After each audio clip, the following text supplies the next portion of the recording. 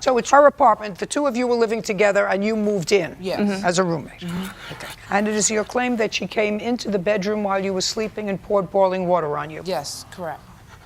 Do you have a police report? Yes, I do. I'd like to take a look at it.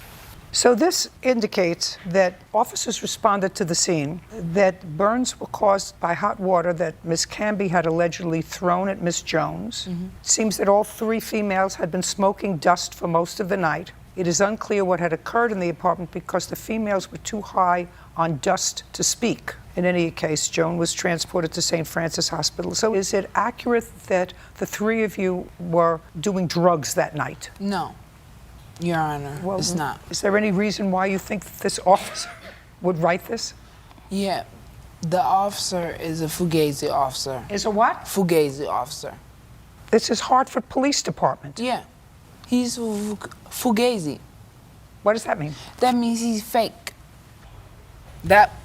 Why would she not be arrested for this, Your Honor? The person who filled out this form is a police officer in the Hartford Police Department. He's not a fake. Now, you have your medical records? Yes, I do. From the 13th? I'd like to take a look at them, including the admission records. And then I'll get the story, both of the stories. Okay, listen. You admitted to the doctor who admitted you to the hospital that all of you were smoking PCP that night. You said a young female evaluated as a core trauma. Patient states she smoked PCP with a friend this evening. Friend later accused her of stealing her laptop. Patient was sleeping without wearing any clothes and reports friend dumped a pot of boiling water on her. Patient found outside the complex wearing a hospital gown. Patient reports PCP and marijuana today. That's what you told the doctor. No, that's not what I told her. So you mean the police officer got it wrong and the doctor who admitted you to the hospital got it wrong? So both? Your Honor. So there's a fake police officer. I'm not suggesting that this incident didn't happen.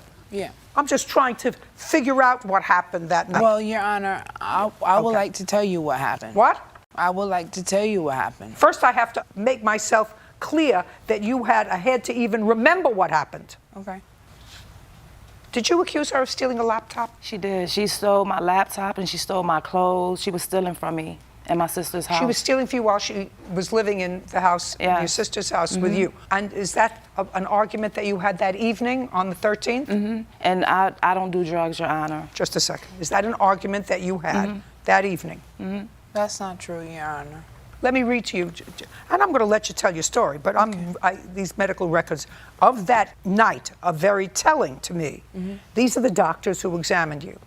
Patient presents to the emergency room tonight for a burn. Patient is on PCP and is quite altered. She is a very unreliable historian. She reports that someone dumped a pot of boiling water onto her lap. Patient reports at the times that this occurred, she was wearing no clothes. Patient presents to the emergency room wearing a hospital Johnny. She cannot tell me why she is wearing this. Patient has sustained second-degree burns covering approximately 9% of her body's surface. It involves her upper thighs and inner thighs. Her groin specifically has significant edema, blistered. Patient has been given IV fluids. Contacted the burn center. Okay. Let me tell you first, Miss Canby, that the only thing that she's consistent about in these reports, even in her altered state, is that you poured boiling water on her. If she was the only one that was high in the house, I don't know. So I want, before she tells me her story, before I finish the medical records and see if your story is consistent with that, I want you to tell me, listen to me carefully, your story about what happened on July the 13th. Go. Judge Judy. No, don't send me Judge Judy. Okay. I know who I am. Okay. That is totally not what happened. Just a second. I want you to tell me what happened. When I came home from school, she was in the house. She wasn't supposed to be there. She didn't pay my sister her portion of the rent. So we was in the kitchen, and I'm like, Kylie, what are you doing in the house? You're not supposed to be here. You didn't pay my sister the portion of the rent. She was boiling water for coffee that she was drinking, and the handle was out on the stove. She was not laying down or anything. No, don't tell me what she wasn't. I'm reading the medical records. I want you to tell me what happened. So she was boiling water on the stove. We was in the kitchen, and then we got into the argument. And as she went to push me, the handle was sticking out from the pot of water, and the water came all down here on her. That's not true. Not consistent with the medical records, your story. I read what you said in the answer.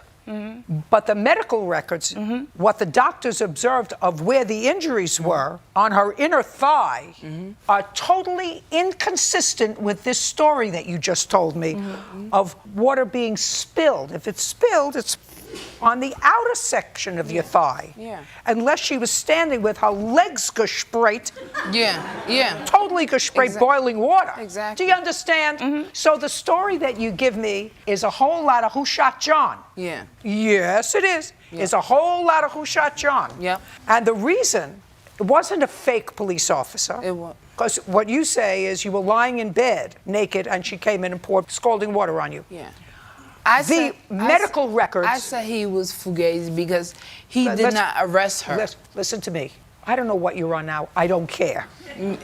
I don't care. The reason that they didn't arrest her, that doesn't mean he's a fake cop, is because you were so high that night that when they asked her what happened, she gave this cockamamie story. And since they couldn't get a cogent story from you because you were so high, they said, she tells me, she's looking at me like a basset hound with those eyes that say, I'm telling you the truth. That's the way she spoke to the cop. And that's why she wasn't arrested. I don't believe her because the cops certainly didn't look at these medical records because the medical records are totally inconsistent with this baloney story you just told me. She wasn't even in the apartment when the cops showed up. She had fled the scene when the cops showed up. The reason that they didn't take you seriously is because you were so high on drugs that you were in an altered state. Do you understand? No. That doesn't mean she didn't do it. Okay. I'm telling you that the reason that the police didn't take you seriously was because you were on another planet. Do you understand? That doesn't excuse her behavior. But you asked me a question. You said he's a fake cop. He's not a fake cop. He couldn't get anything from you, neither could the doctor. Because according to the doctor who examined you, you were so high and in such an altered state, he couldn't get a history. The only thing that you were able to tell him was that somebody poured boiling water on you. And the medical records are totally consistent with that story. Do you understand? Yes. So you're partially to blame for the fact that they didn't arrest her. Do you understand? How old are you? I'm 36. Why don't you go into rehab? I did. For how long?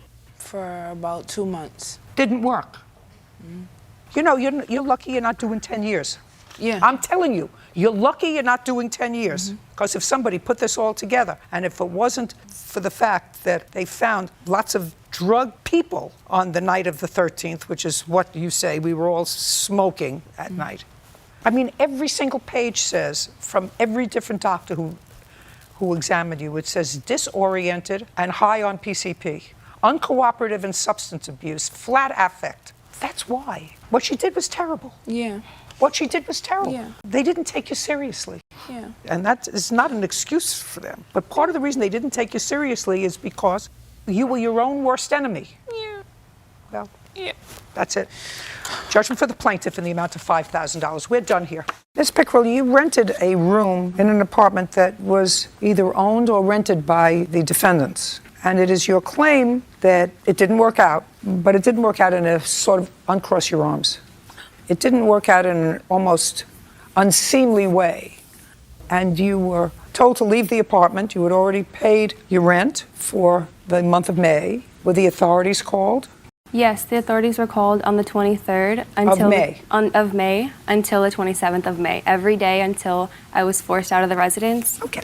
And what you want is you want your rent back because you had already paid June's rent? Yes, correct. And what was the rent they were charging you for the room? $650 for the room. When had you moved in? In what month? I moved in March 1st, 2015. So March was okay? Yes, March was fine. And then you moved your boyfriend in? Yes, he is staying there. But with their permission, they charged him an extra $100 a month for increased utilities. Yes. When did you move your boyfriend in? He moved in towards the middle of March, and then they accepted your rent for April. yes. Is it correct that you accepted her rent for April? Yes. That's either a yes or a no. No. He says yes, you say no. You want to discuss it with each other? Because she has the dates wrong. She moved in April, not March. Could you please answer my question? Did she pay April's rent? Yes. Yes, she paid the first rent. Did you? That's the month she moved in. I'm only going to listen to one of you. Who's Okay. going to tell me the truth? Figure it out. Lorna, if you getting the dates wrong, you can say yes. She paid April's rent, which you accepted, $650. Yes. And she paid May's rent, Yes. $650. Yes. And did she pay April's rent by check or cash? Check. And did she pay May's rent by check or cash? Check. Check. And did she pay June's rent? No. You have check to show me for June? Yes, I do. I'd like to see it. It was not a rent for the month. It was a deposit, security deposit. I clearly explained that to her from the beginning. I don't care what you explained. I want to see the check. Okay. I have all three right here, Your Honor. May I see them, please? This does state that it was last month. I gave it. Could I just see what you have? Perfect. Well, April 3rd, you have $500 for rent, okay? Then it went up to $650. Is that because the boyfriend moved in? That's because I gave her the $150 in cash. I only have the check for the $500 for the last month. So you have March 31st, and March 31st was for April. April, Yes. and then I have April 3rd. Why would you pay her March 31st and then April 3rd? That was a security deposit. I'm sorry. It's because she wanted an additional $650 for her last month's rent in case anything was to come up, and that's that check. Or for security. Doesn't Yes. make any difference. Perfect. And then I have on May 1st, but what I don't have is June. Where is June? June is right. You could either have June or you can have this as security deposit. Which was it? It can't be June. Security deposit was not $650. She added $150, and that's what I did give her in cash. That's fine. rent. But so you did not pay June's rent. I did, and I wrote last month's in the memo. I wrote last month. Either you paid security or you paid last month's rent. I paid last month's rent. Okay, fine. You paid last month's rent when you first moved in. Is that what you're telling me? Is that how you evaluated it? That you paid last month's rent when you first moved in? You paid no security deposit? I paid last month's rent in the middle, and that was April 3rd, because she wanted to bring that up in the middle. You can't have it both ways. Either you paid last month's rent or you paid security deposit. Which one was it? Last month's rent. Fine. So there's no security deposit. Now, and you moved out in May. So you want your 1 month's rent back, which is $650. Correct. There's a claim here for filing a false restraining order against you. Is that correct? Yes. But you all went to mediation with regard to that. Am I also correct? Yes. And you resolved that case with a mediator. Is that also correct? Yes. So I'm not entertaining that unless they filed another restraining order against you. Did they? No. So that case is resolved. The next part of the case that I'm going to entertain is your property. Now, when you moved in, what property did you move in with? I moved in a queen-size bed. Okay. Also- Where is her bed? Moved everything out. She took it with her. She took it with her. everything with her. How did she take it with her? She was moving had- out for 2 days. She had 2 days. She took That's 2 not days to correct, move all Your her Honor. stuff out. Okay. He helped her. Which I even two- helped her. I have a video of them forcing me out, Your Honor, if I could play it. Yeah, after her sister barged in her apartment Absolutely. I would like to see and it. broke Thank you. everything and beat him up. Just a second. Listen to me. I don't see a counterclaim here. I'm going to look at the video. He says he helped her move. Just a second. Tell me on what date this video was taken. This was May 27th, and this was around 8:30 p.m. On what date do you claim you helped her move her stuff out? What I'm day? not talking to you. I'm talking to him. On what date do you claim you move her things out? What date? I don't remember exactly. I want you to the remember dates. exactly. We're not talking about something that happened 20 years ago. On what date did you help her move her things out? It was a It was year ago. Last year. It was Remember the day of the week, Marnie. Remember the day of the week. was Remember a what Tuesday. happened exactly. it was a Tuesday. Okay, let's see. Your Honor, I do have a receipt here. The police advised me to purchase a new doorknob with a lock. Don't tell me what the police advised you. Okay. Sorry. Well, shortly after that you moved out. Did you move out that day? That night, I was physically forced out. Okay. Did you ever go back to the apartment? I went back on May 29th with a police escort to retrieve my belongings, and they served me with a temporary restraining order and said the room was empty. Okay, fine. Very good. Uncross your arms. I'm not feeling good. Okay, then you can sit down.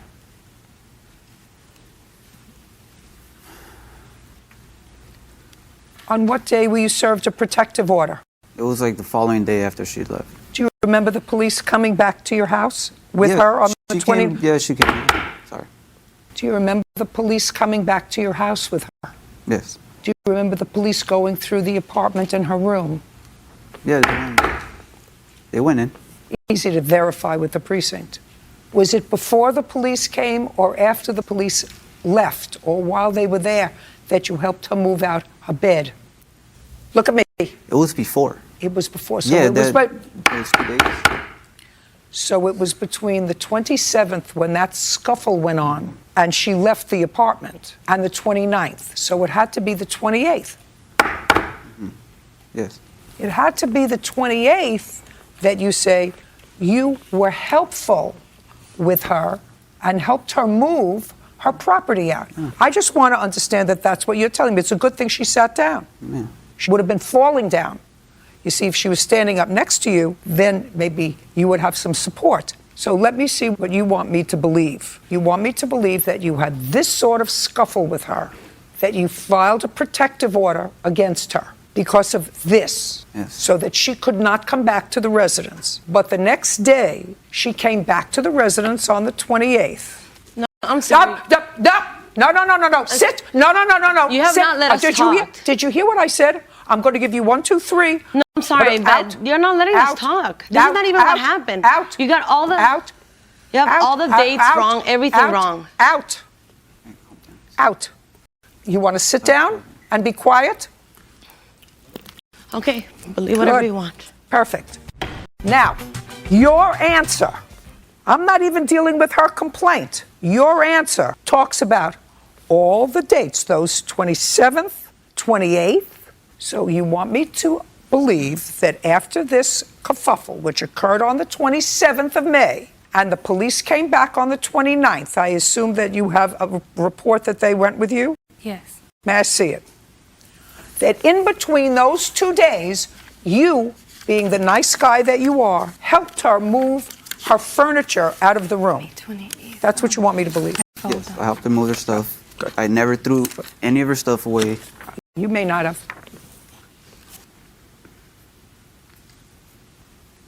Now, Mr. Torres, whether the $650 was the last month's rent, which was June, or security deposit, you do not have a counterclaim, which means that there is no claim made by you that there was any damage caused by her to the house, to the apartment. Yeah, we do. We got the evidence right here. Just a second. We got all the pictures. Just a second. Hand down. I don't have a counterclaim, sir.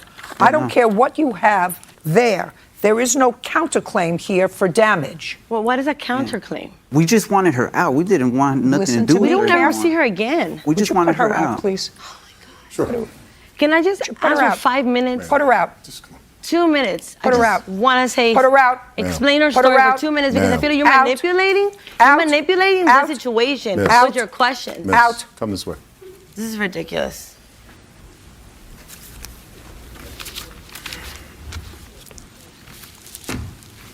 You have no counterclaim for any damage, which you would have had to have served her to say she's not due back the $650, which we're claiming a security deposit because she caused damage to her room that we are going to be responsible for. You did not file that against her. Therefore, she's entitled to her rent/security deposit back because she lived there a certain amount of months. She never And signed anything though. We had a verbal agreement where she had a cat that she didn't even have a pet deposit for. Mr. Torres, listen to me carefully, sir. Counterclaim. We taking it out of her security. You did not take it out of her security deposit because no court said you could take it out of her security deposit. That's what we're here for. And since you didn't file a counterclaim, she's entitled to her $650 back. Now the only thing that I have to determine is whether I believe she got all of her property back. Your Honor. What? I do have a receipt that shows at 3:22 on May 27th, I purchased a whole new doorknob and lock. I So don't care. locked my I property told you in. before I don't care about the doorknob and lock. All I care about is the furniture. Now the question is, when you went to mediation on the protective order, did the mediator discuss your furniture? No, they did not discuss my furniture. Why? They said I should proceed with that in small claims court. With regard to your furniture? Yes, with my property. Furniture. All I'm interested in is furniture. Furniture, yes. You left, your sister was there, there were certain things that were packed in her car. As far as I'm concerned, that's all I care. Your sister came over Yes. that night and packed things in her car, but she didn't Right, pack yeah. your bed in your car. No. Now, did you get your bed back? No, I did not. What other furniture didn't you get back? It was my bed. I had this little desk, and also it wasn't furniture. The rest was just clothing and bathroom Just the belongings. bed and the desk. Yes. Where'd you get the bed from? I got the bed from a family friend. She gave me a bed, so I don't have a And receipt. fine, and the desk? A family friend, too. Great. Okay, you owe us $650. Judgment for the plaintiff. We're done. Thank you, Your Honor. You had a sister. Your sister lived in California. You and your wife lived in Florida. Your sister became ill, and she was diagnosed with cancer. You and your wife relocated from Florida. Are you retired? No, not retired. Did you get a new job in California? My wife is a contractor, so we move around quite a bit. So you came to California and you had another project Correct. in California. Okay. And how long was that project for? It's ongoing still. So you moved to California because you had a new project. Correct. Okay, well, then this is sort of misleading, Mr. Riley. I'll get to the whole thing. This is probably going to be more interesting than I even thought it was going to be. This is a situation. Your sister was sick in California. You came to California. You led me to believe in your complaint that you and your wife gave up your life in Florida to come to California to minister to your ill sister. That's what I get from. That's what I got from your complaint. Very much now true. it appears that you have a contracting job, and even though your sister is no longer with us, that contracting job is ongoing because that's what you and your wife do. So it was probably a combination of both things. In any event, you came to California with your wife for a job, which you're still doing, and you're still living in California. Yes. Still living in California, Still in even though California. your sister's not here anymore. Correct. Right. We're from California originally. It doesn't matter. I know. I was just misled by the complaint. Maybe it was my own silly misreading I'd of love it. to clarify if I could. They saw But work here. I didn't ask you a question. Sorry. Sorry, Your Honor. In any event, your sister was here. She came to live with you for a while. She was ill. She was getting treatment while you were in California. And you are her closest living relative. Yes. Closest biological living relative. No. Physically close. Yes. Biologically, we have 6 siblings. Oh, but she didn't live with any of the other No, siblings. she lived by herself until she lived with us. She was a single lady, Correct. no children. Never married, no kids. And the defendant is her cousin. Correct. So you took care of her, drove her to her doctor's appointments, did whatever had to be done. Sister For passes. months, I may add. For months. Years. Months, years, Just so you know. whatever. For months. You did all of those things, and your sister unfortunately succumbed to cancer. She passed away, and when her will was read, to your surprise, you were not made beneficiary of any part of the estate. Her entire estate went to her cousin, Miss Wells, as the beneficiary, but your sister did a double whammy. She made you the trustee. Correct. Okay, and that, I assume, Mr. Riley, if you and I are being honest with each other, was both irritating to you and probably to your wife, who was very anxious to talk to me before. No. Yeah. Not really. Wasn't irritating. It was irritating, but not for the reasons you say. It was not monetarily driven. I care for my sister. It was, I understand. It was a surprise. It's always just It was a surprise. It was a surprise. In any event, there was ongoing acrimony between you and Miss Wells. That is clear from both your complaint and her answer. But this is what your complaint is about, because it's the only thing that your complaint can be about. You ultimately turned over the trust to Miss Wells because you didn't want to be involved in it anymore. No, not There true. had been- Not true. She didn't like the way I was handling the trust, and she Right. She stripped didn't me of my like as trustee duties. beneficiary the way you were handling the trust. And she said in her mind you were dissipating the trust. And since she was the beneficiary of the trust and a together person, she said, I can take care of this myself and I'll spend the money differently. With 3 different attorneys, by the way. Doesn't matter. 6 months. Doesn't matter. That's me. Doesn't matter. Okay. Do you see? What you're doing now is demonstrating just how irritated you still I'm sorry. are. I get emotional about my sister's death still. I'm sorry. Well, this isn't about your sister's death. This is about money. Okay. If you were emotional about your sister's death, then you would have said, you know, my sister died. She knew how she felt. It was her money. She felt, for whatever reason, either close to Miss Wells or she felt that Miss Wells needed the money more than you did, that you and your wife were doing okay. For whatever reason, it was her money. That's what she decided to do with it. So Absolutely. when people pass away, whether it be a parent or a grandparent or whatever, and you as a relative don't think that you're getting the appropriate love from the deceased by way of monetary reward, it's irritating. Happens all the time. And you're not unusual for that. But this is what you're not unusual for that. But this is what your case is about. It's not. After Sorry. Miss Wells took over the trust and finally got into the condo that was very much in dispute, she found that there were certain things missing from the condo. And as a result of that, she notified the insurance company because evidently your sister had homeowners insurance. She found laptop missing. She found someone had purposely damaged a sleep member bed. I really want to speak to that if you let me. Just a second. No.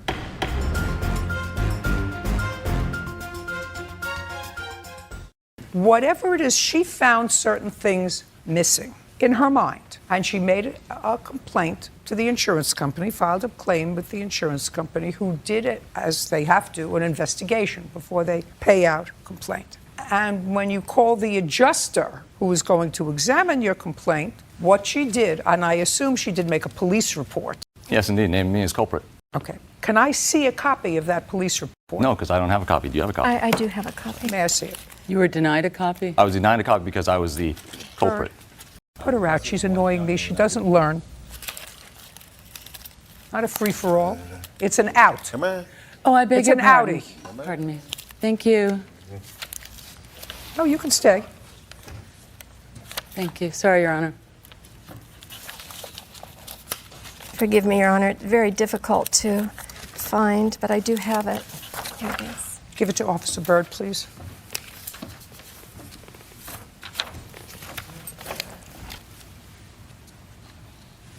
May I ask what date that was filed?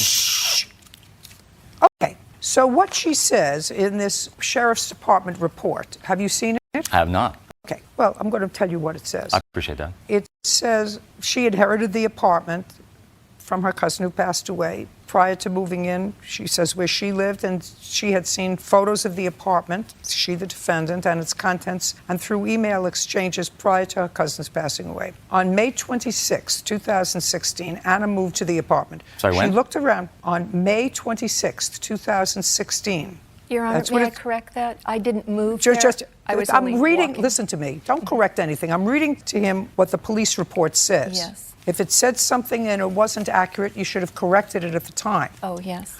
On May 26, 2016, Anna moved to the apartment. She looked around and inventoried the items in the apartment. She saw items were missing from the apartment that she had previously seen in photos. She believes another cousin of hers, Thomas Riley, who had access to the apartment prior to Anna's arrival, entered and damaged the mattress on the bed by cutting out a portion of it with an unknown object. She's lying. She also believes he took various other items from the apartment. She does not know for certain if Thomas took the items or damaged the mattress, but she stated she was in a battle with Thomas over being appointed trustee of her cousin's estate. Anna did not desire prosecution and did not want Thomas contacted over the matter. She stated Thomas is emotionally unstable and did not want to aggravate him. Right. Anna wanted the matter documented for insurance purposes. If I may. You don't have to. I'm formulating a picture. Do you understand? I understand. And as very often happens in a legal landscape, the landscape is changing, Mr. Riley. True. And it's changing in your favor, sir. Okay. Now you got a windfall. You inherited this apartment and whatever money was left in the estate, if there was any. If it had happened to me, I wouldn't have looked at draperies, 2 sets, 92 inches, $650. Sleep number bed, king size, model 1, $6,000. Moen brand shower heads, $2,000. A Galaxy Pro Tab. Dishes, $350. Bissell Pro Heat Steam for the floor. White bleach cruiser bicycle. A purse for $1,000. How much in total did you get from the insurance company? $16,000, Your Honor. I have.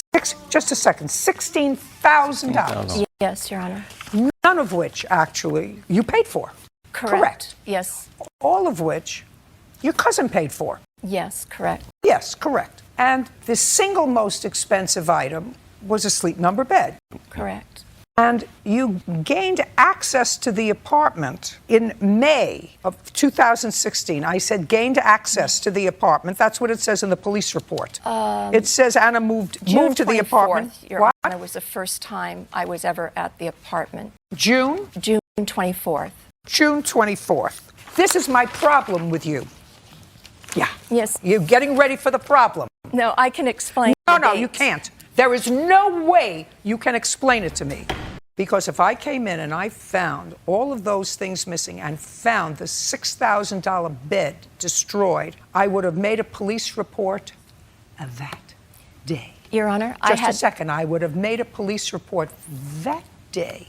You made a police report 2 months later and were very, very clear that you were making the police report for insurance purposes only. Made it very clear to the police.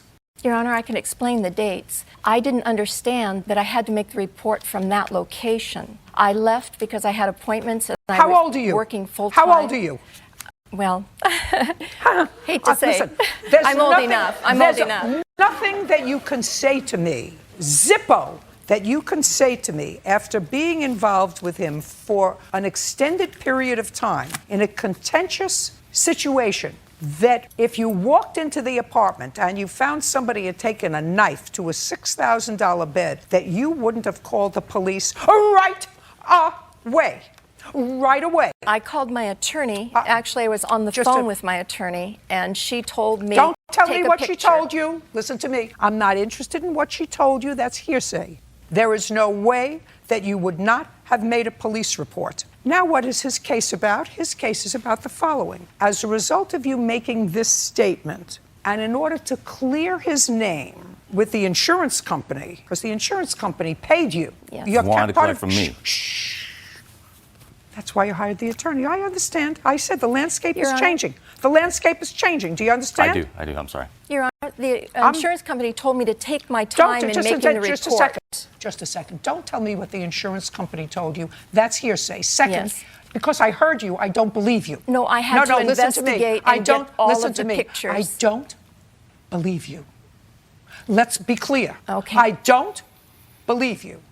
So you paid $800 for to my legal attorney. fees. You have a copy of the bill. I do. I'd like to take a look Your at Honor, it. I have pictures to show the Speak not. condo. Speak not. Police report. The day you found it. Not interested in your pictures.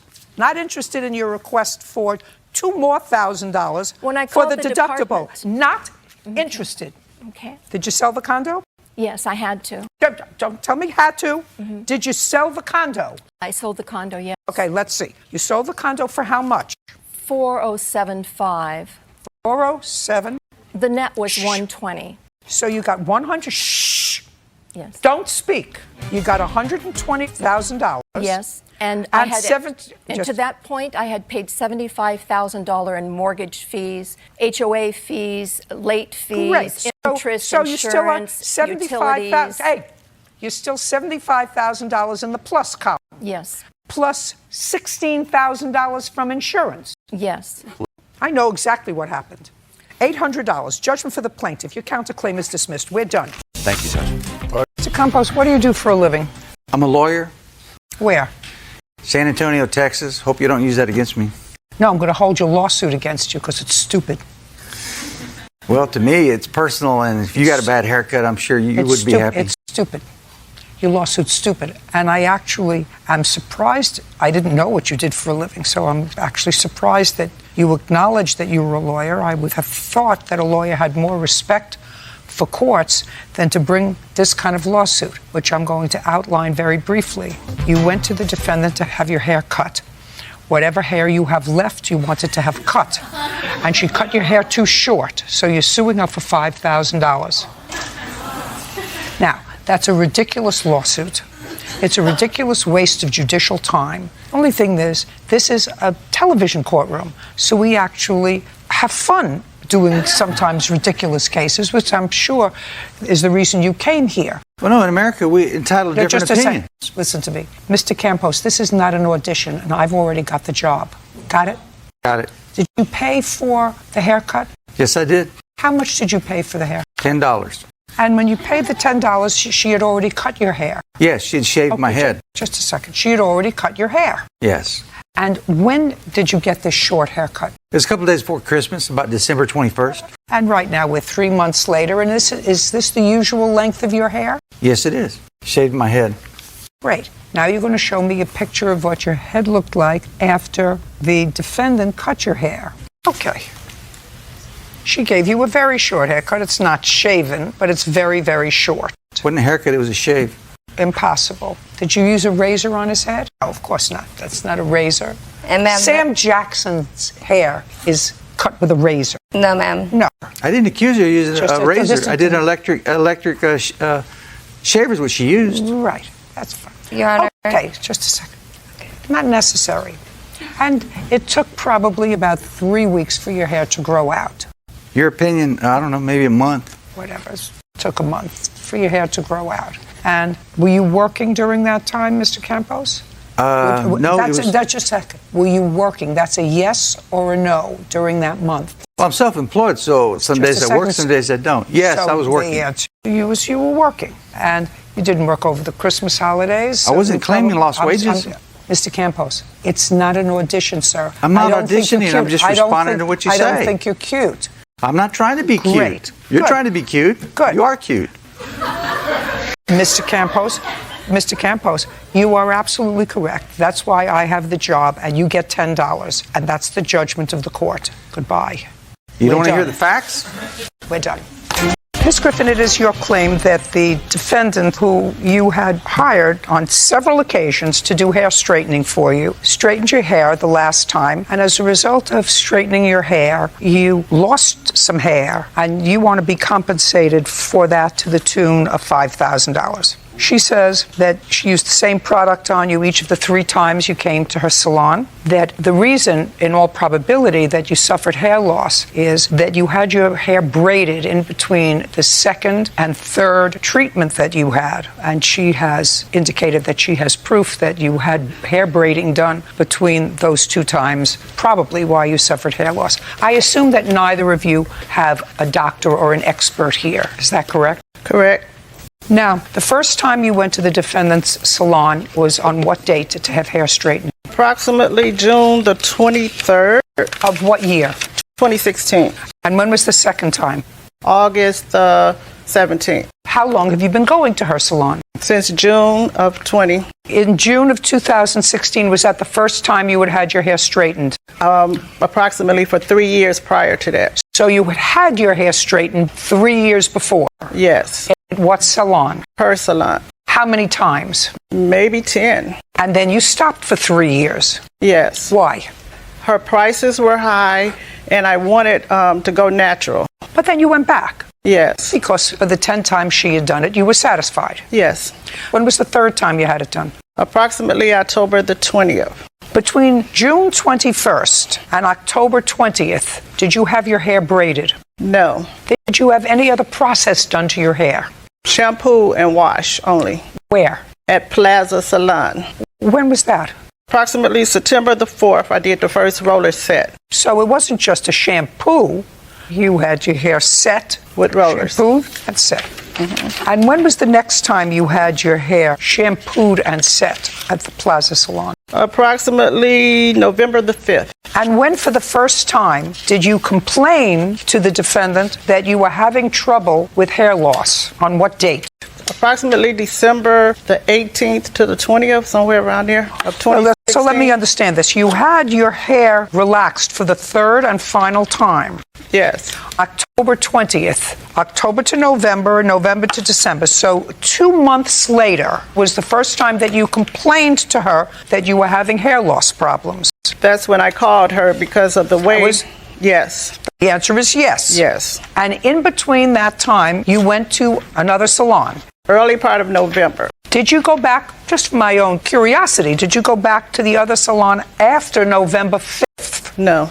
Why not? I usually go to the salon when I have something major going on. I had a baby shower that weekend. That's why I went and got the roller set. After that, I didn't have any major engagements to go to. So I put it in a ponytail, and that's how I wore it for up until I started coming out really bad. I couldn't tell how it was coming out because it was in a ponytail. And when I combed it, I could just see hair coming out. What else do you have to tell me?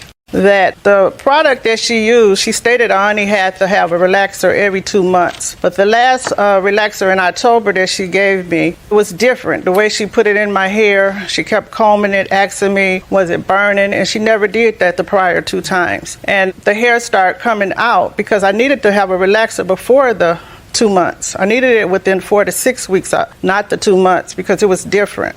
You have no case. You have no case. Okay. This is what I'm getting. You went to the defendant 10 times, and you were satisfied. Then you stopped. You didn't go back for 3 years. Then you went back in June. You were perfectly satisfied. You went back in August. You were perfectly satisfied. You went back in October. You were perfectly satisfied. In between those dates, you went to another salon and had other work done on your hair. No chemicals. Yep. I don't care whether they were chemicals or not, but for 2 months, 2 months. I mean, if you were talking about, and I have never had my hair relaxed. I never had any reason to do that. But I know what having a perm is, because we used to get those as kids. We used to give each other perms, and there were times when I got them. So that's a chemical that you put on your hair, very similar to a relaxer. It just goes the other way. One makes it curly, one makes it straight.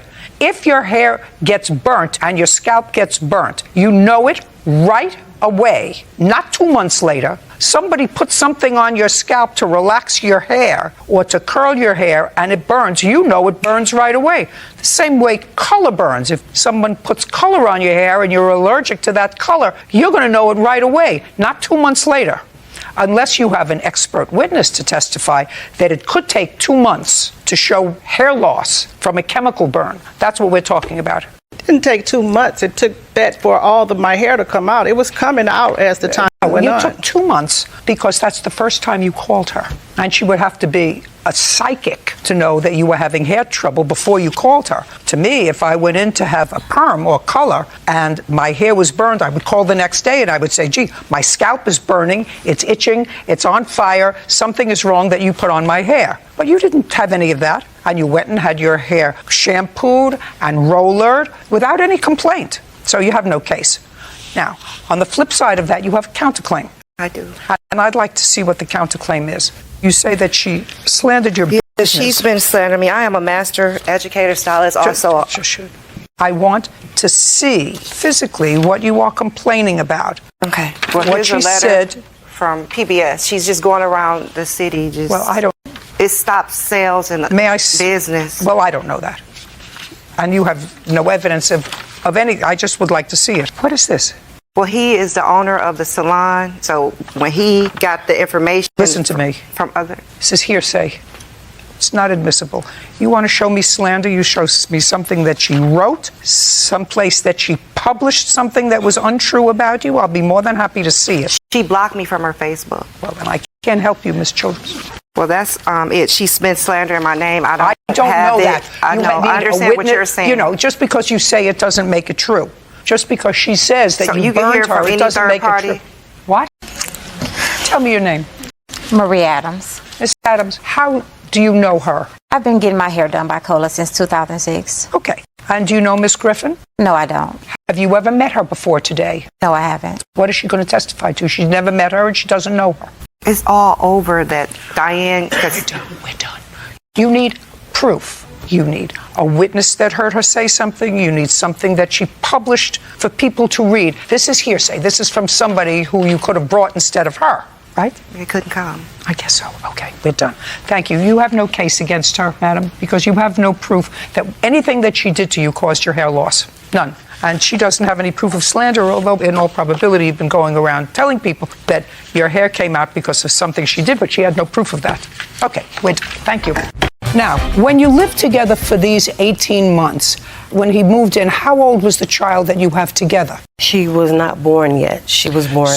So you conceived that child during the 18-month period? That is correct. Which means that you lived together as a couple. Correct. I'm not interested in his piece of the rent. Do you understand? Do we have anything else? Late fees for what? It was a debit card that I had that was blocked, and I had to have it reordered due to the fact that someone was calling in using my information, including my PIN number. What month? The later month of July, early August. That was after you had already broken up? Yes. Okay, did you do that? No, ma'am. So you didn't use her credit card after the two of you split up? No, I had no access to it. Okay, prove it to me, Miss Hazel. Prove to me that he used your credit card, your debit card, after the two of you broke up. I don't care what happened before. You were living as a family. After you broke up, after July. After July, the only thing that I have is showing that my particular debit card was compromised. I need proof that he did it. He says he didn't. Unfortunately. Okay, so you have no case. So your case is dismissed. Now he has a counterclaim. And he has a counterclaim for an unpaid loan. Now let's deal with an unpaid loan. This is what I'm getting from your papers, Mr. Holliday. Yes, ma'am. Of an unpaid loan. You borrowed money from your aunt. Yes, ma'am. And gave that money to the plaintiff because there were outstanding bills. Well, it was at the time that when they was going to court because the landlord was subleasing it out. Listen to me. Was that while you were still living together? No, ma'am. It's not. You had already moved out. No, it was actually on the tail end of it, right before she... Just to answer my question, sir. No, ma'am. Were you still living together when you gave her the $1,000? No, ma'am. Is that correct? That is correct. Okay. Then I want you to tell me about this $1,000. He's out of the house. You say, I kicked him out of the house in July. Yes. Okay. So? Okay. You gave her $1,000? So, Your Honor, basically what was going on is I needed help. I just basically needed him to, I asked him to pray for me at first. Just a second. You said in your complaint that you kicked him out of the house in July because you had enough of him, you had enough of, he finally got a job, they garnished his wages for child support because he had a child support order that he wasn't paying, so they garnished his wages. According to your complaint, I'm going to read it to you. When they became a source of conflict in our relationship, he wasn't contributing. I finally had enough and told him he needed to pay all the rent he owed me or get out. He accused me of cheating on him. That was the last straw. I kicked him out of the apartment. Correct. How come he gave you money? Due to the fact that we have a daughter together, and he actually moved back in with his parents. So he couldn't help as far as making sure that our daughter had a shelter. So I'm the only one that could be able to provide our daughter with a shelter. So to help out with what was going on, he actually ended up giving me $1,000 in which I used towards the rent to be able to remain in the home that I'm currently living at. Do you work? I am an The answer entrepreneur. is yes or no? Yes. Yes, ma'am. In July. Tell me about it. That's your counterclaim. Basically, she Not basically. I don't want She was telling me that, far as with the landlord subleasing it out to her and the main landlord came up to an agreement where her and the kids can stay there. She didn't have the money at the time, so I borrowed the money from my aunt and made sure they had a roof over their head. No, I just wanted one, the one that I asked for, because one of the TVs I bought was for her daughter. Good. And she just all of a sudden, she just stopped talking to me, period. Didn't want to socialize with me. I don't want, okay, now I got it. Right. Okay, well, good. So you gave her $1,000. Pay your rent back. What's next? You want your 2 TVs back? No, I just wanted one, the one that I asked for, because one of the TVs I bought was for her daughter. As a gift? Yes, ma'am. And the other one? It was mine. It was in our room. Who purchased it? I did. With what money? When I was in a car accident. What do you mean you were in a car? I was in a car accident one day going to work, and my settlement ended up coming through when I was out of work. I ended up buying a television for the room. Do you still have the television? Yes, I do have that television. It's my television. Good. Who paid for it? Mr. Holliday paid for it. Good. Within 5 days, you'll have an order that you can retrieve your TV. Are we finished here? Good. Thank you very much. We're done. Ms. Sonkrant, this used to be your boyfriend. It's not your boyfriend anymore. While he was your boyfriend, the two of you went on holiday together, decided to get matching tattoos. He didn't have any money. You laid out the money for his tattoo. Yes. Sometime way after that, he used your credit card to purchase furniture. So there was a loan for furniture for his apartment. Yes. He still hadn't paid you for the tattoo, right? Correct. Forget about the tattoo. Do you still have the tattoo? Yes. Do you still have the tattoo? Yes, but it's covered. But what? It's covered. It's covered with what? Writing. What did it say? It was a K with the heart, like a king. It's what? K with the heart. Oh, with K with a heart. Is that your name? No, it was king and then mine was queen. I really have to get my hearing checked. I swear. God, everybody better go to articulation classes. That's not going to happen. Okay, now, you moved into an apartment, you didn't have any furniture. And how did you get furniture? Correct. What did she say? For me. Ms. Sonkrant offered to get, she knew that I didn't have any furniture, so we went to the furniture store, and she helped me pick it out, basically. Okay, great. And do you remember how much it was? Not off the top of my head, no. But you were making payments on it. Not really. You never made any payments on it? No. Never? No. Really? When was it purchased? In what month? I would say September-ish, yeah. And it was bought on credit? Yes. How much was it? It was $2,235.54. What kind of work were you doing, Mr. Nichols? Worked in a factory. I was a machine operator. Still there? No. What are you doing now? Right now, I'm currently looking for a job. So you don't have a job? No. And what kind of furniture did she buy you? It was a Serta mattress, king size, and the bed frame, and the TV. And you have a new girlfriend? Yes. Do you watch the TV with your new girlfriend? Yes. And you sleep on the mattress and the frame? Yes. You think it's right that the plaintiff pay for that? I mean, it was a gift. It might have been. I'm just asking if you think it's right that she pay for it. Now, Miss Sonkrant. Yes. When did you and Mr. Nichols break up? In the beginning of December. When was the first payment due on the furniture? What would have been September, October 24th. Who made that payment? He made that payment. Show me. I only have the bills. I don't have it showing that he paid, but I have evidence of him saying that he was paying me. I would like to see that. All these. Isn't it nice I got rid of the new girlfriend?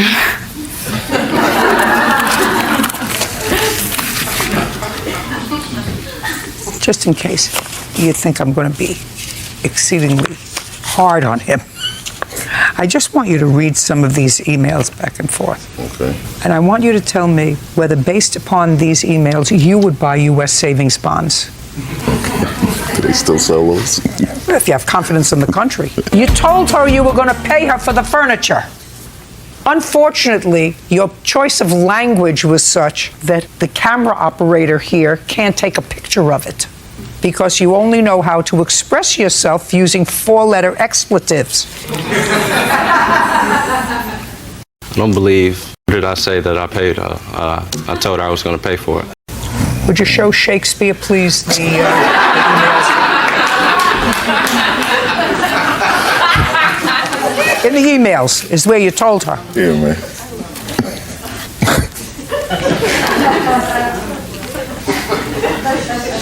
Now you see where you told her you were going to pay her?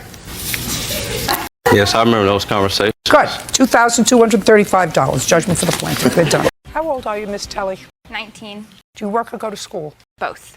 Where do you go to school? Mesa Community College. Full-time? Part-time. And what kind of work do you do? I work at Starbucks. Do you live at home or you have? At home, yes. And Miss Lewis, you have a daughter, and your daughter and Miss Tully were friends. Yes, ma'am. And they had been friends for a long time. Couple of years. And she had accompanied you on family vacations before? Yes, ma'am.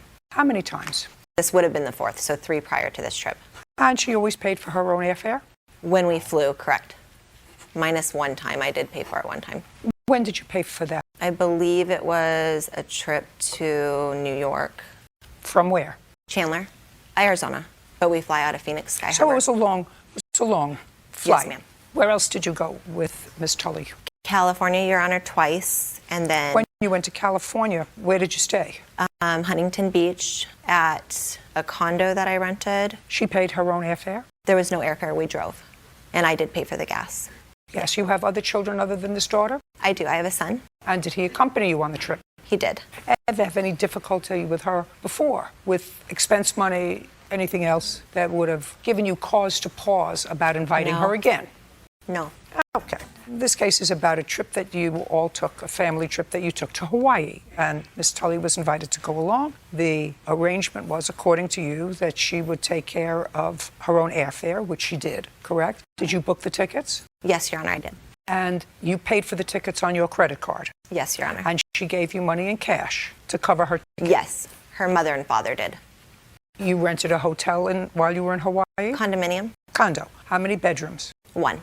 And where did Miss Tully and your daughter sleep? On the pull-out couch. So they slept together.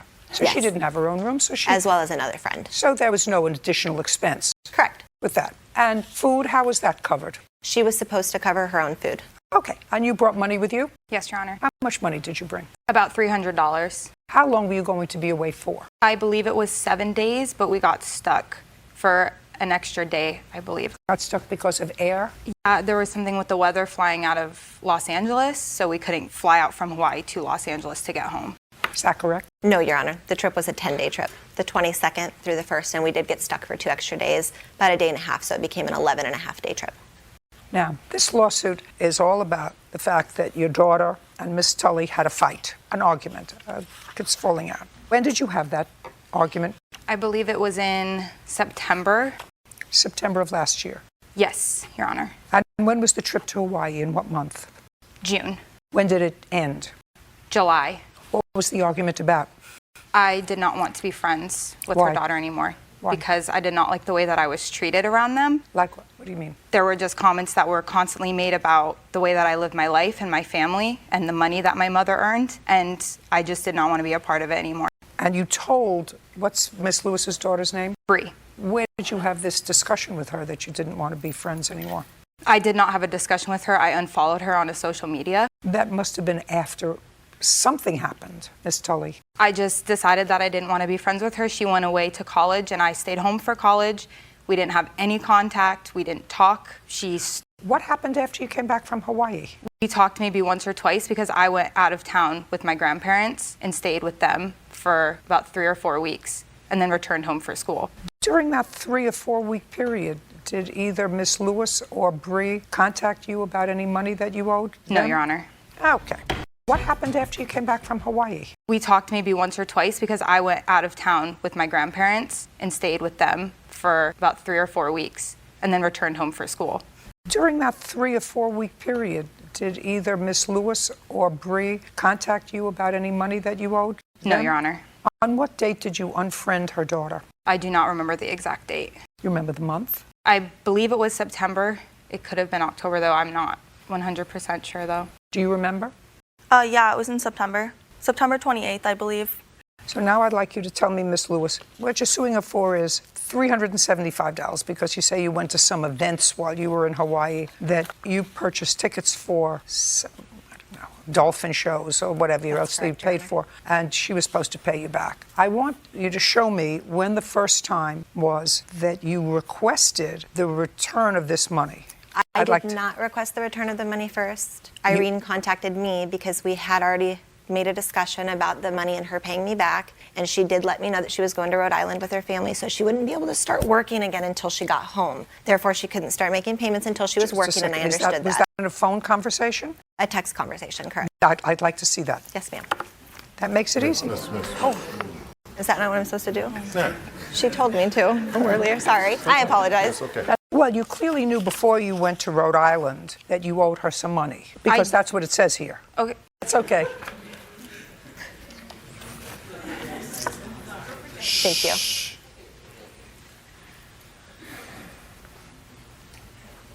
Yeah, but I didn't. Okay. So we were supposed to go to Hawaii, and I was told. Listen to me. Okay.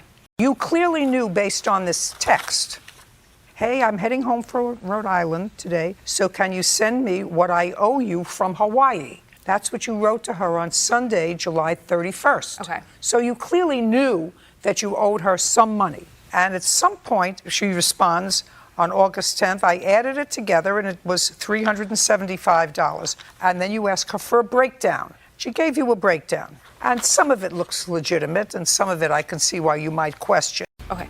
Did you go to a snorkel trip in a luau? Your Okay, Honor. so that's $125. You don't dispute that. She paid for it, correct? Yes, Your Honor.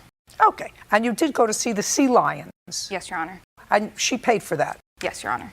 Okay. I'm taking off $20 for food because that's ridiculous. What's a $25 baggage fee? I'm not sure, Your Honor. I paid for my baggage. Okay. What's the $25 baggage fee? Ma'am, she paid for her baggage one way, not the other way. She couldn't afford it, so she asked me if I'd add it to her total, and I agreed to. Do you recall that? I do not, Your Honor. Well, she does. And what is $25 yard house? What is that? She was supposed to pay for her own food at meals out. I did try to make it easier on her because she was the only one that was struggling financially, so I went ahead and bought a lot of groceries at the grocery store and cooked many meals in the condo to save money. So what is yard house? It's a restaurant. Do you remember the yard house? Yes, Your Honor. I remember going to dinner there. Okay. And did the plaintiff pay for that dinner? Yes, Your Honor, but my meal was not $25. I don't know what it was. $250. Okay, so you acknowledge that there were certain expenses that you had, and I've taken some off that I actually can't justify. But that's still $250. Yes, Your Honor. Okay? Okay. Judgment for the plaintiff. We're done. Mr. Hazelton, the defendant is your mother, and it is your claim that she had you falsely arrested a little over a year ago for both stealing her property and for assaulting your sister, who tried to intervene and prevent you from taking her television. That's what the case is about. You spent, according to you, 6 days in jail. You finally bailed yourself out, and you want to be compensated for that. That's what the case is about. Okay. Prior to being arrested last year, when you were arrested on your mother's complaint, how many times had you been arrested before? A bunch. How many? More than a dozen? I could say yes. And were those, at least some of those arrests, drug-related? No. Were they alcohol-related? No. Were they physically related? Were they assault cases? Some. But what does that got to pertain to this case? Everything pertains to this case. Was some of them involving theft? No. Was some of them involving trespass? No. So they were all involving assault. More than a dozen cases. What I'm gathering now is information. So of the more than a dozen arrests you had, none involved drugs, none involved alcohol, none involved theft, none involved trespass, all involved assault. Is that a yes or a no? That's a no. What else do they involve other than assault? I'm just talking about this case, Your Honor. I'm talking about who the party... Mr. Hazelton, Officer Byrd tells me that you have had second thoughts about answering the court's questions, and you're asking me to reconsider the dismissal of this case. Is that correct? Mr. Hazelton, Officer Byrd tells me that you have had second thoughts about answering the court's questions, and you're asking me to reconsider the dismissal of this case. Is that correct? That is correct, Your Honor. Okay, so then let's get back to where I was questioning you before. According to your answers previously, you've been arrested at least a dozen times, none involving drugs. Is that correct? That is correct. None involving alcohol. That is correct. None involving burglary. That is correct. None involving theft. That is correct. All involving assault. That is correct. 3 times. No, my anger gets the best of me. Well, that's an uncontrollable... It's an uncontrollable issue. For which you've been or not been in treatment? Not. Is it correct, Ms. Hazelton, that your son never had either a drug or an alcohol problem? Alcohol. In October of 2015, Mr. Hazelton, how were you supporting yourself? By working. For whom? Green Star Lawn Maintenance. How long have you worked for them? For 38 years off and on. Are you working for them now? Yes. Full time? Yes. In the same location? Yes. Is that correct? I think so. Do you remember on what day you were arrested? Yeah, I was arrested on May 6, 2015. Where? In Henry County. Is that where you live? I lived, yes. What time were you arrested? About 12:20 in the morning, yeah. In the morning? And you were at home? I was at home, right? And you were arrested on the complaint of your mother and or your sister? Or just your mother? I was arrested on my mother and sister's complaint stating that I walked in an unlocked door, used the restroom. Upon leaving the restroom, stole the TV out of my mom's room, hit my sister 3 times in the face, and left with the TV. Okay, you're the sister. No. Where is the sister? She's passed away. Were you at home that day? No. So the sister that you allegedly assaulted is no longer here. No. Is that correct? That is correct.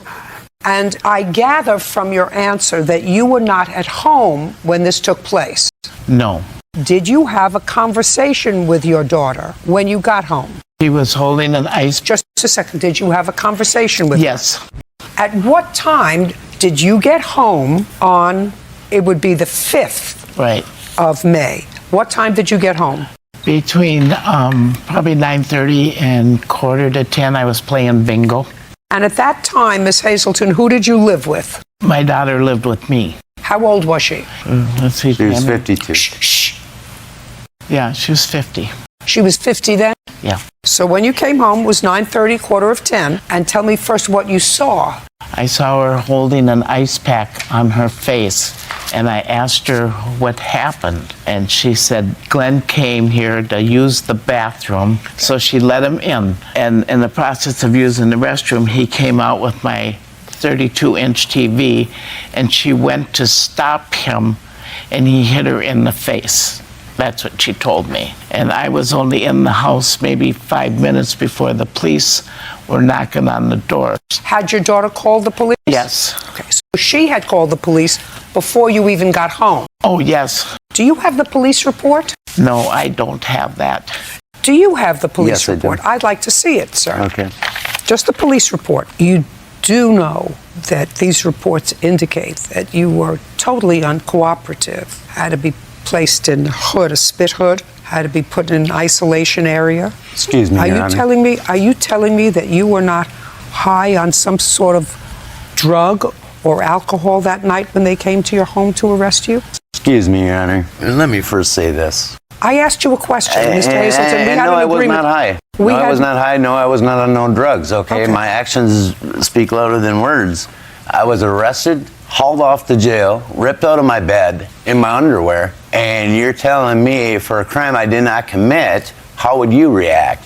And the charges were dismissed, not by the judge, by the public defender, the state's attorney, because I didn't steal the TV that my mom said. And my mother sat there and said she's seen me in a while. She hasn't seen me in 7 years. And it's just, or it came out of her in the police report, she states that.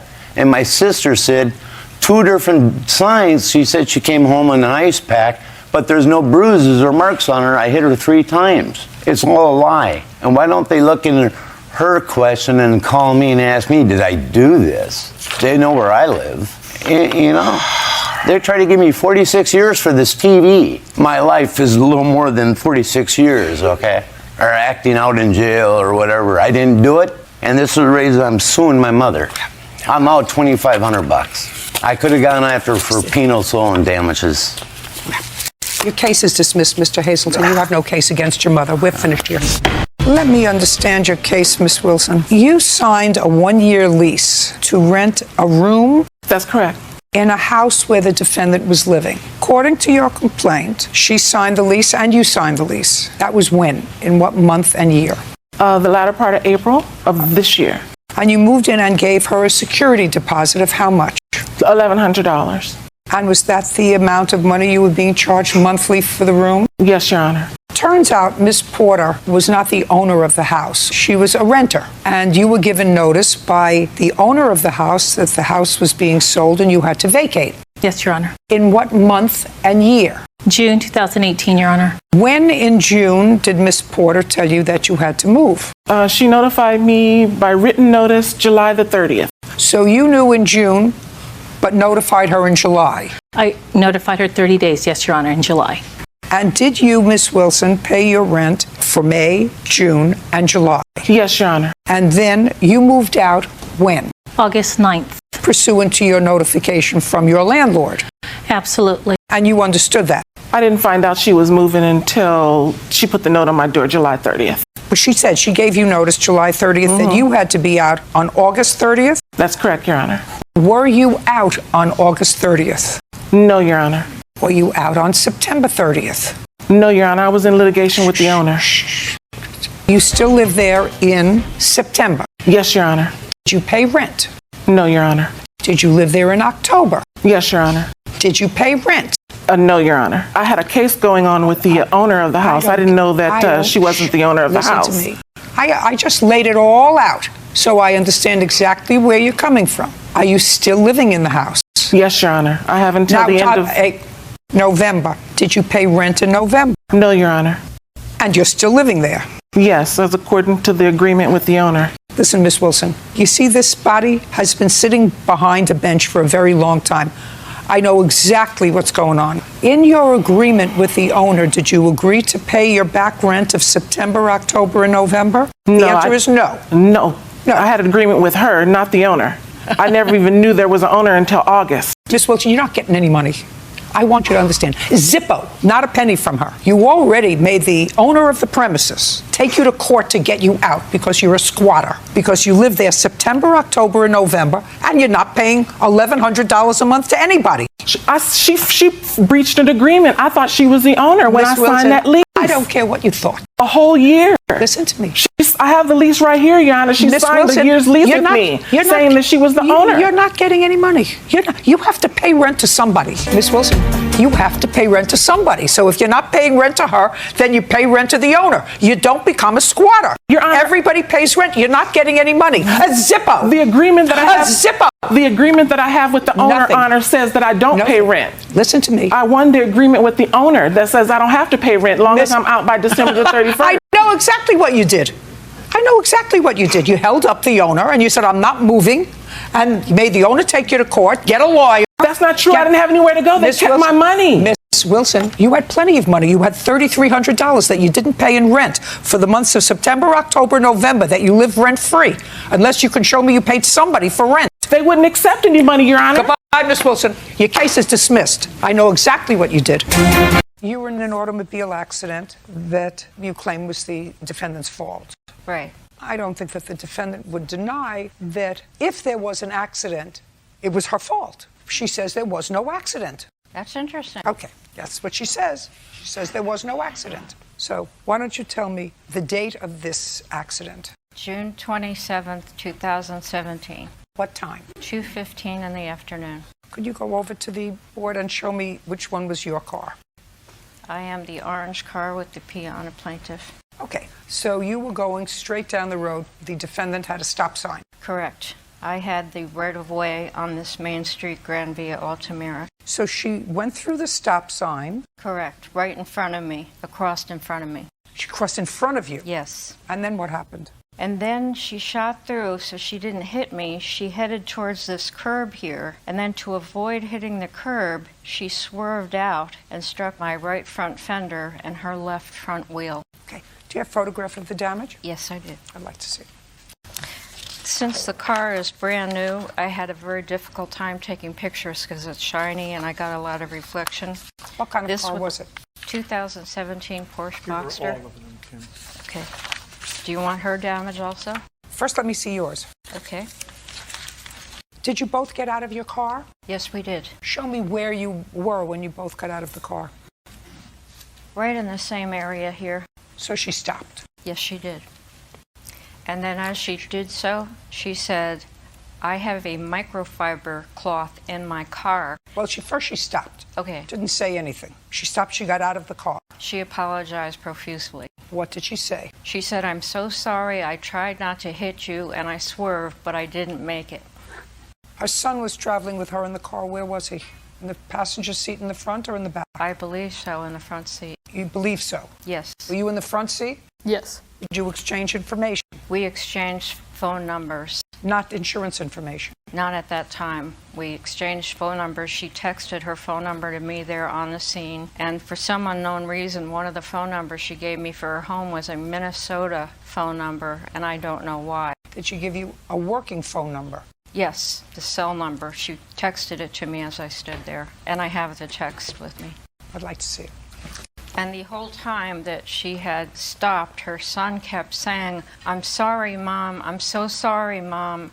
about 3 times. She never gave me her license or any type of address. I had to go seek that out for myself. Well, you asked her for your insurance registration card. And she never gave it to me. Why not? I gave my insurance card.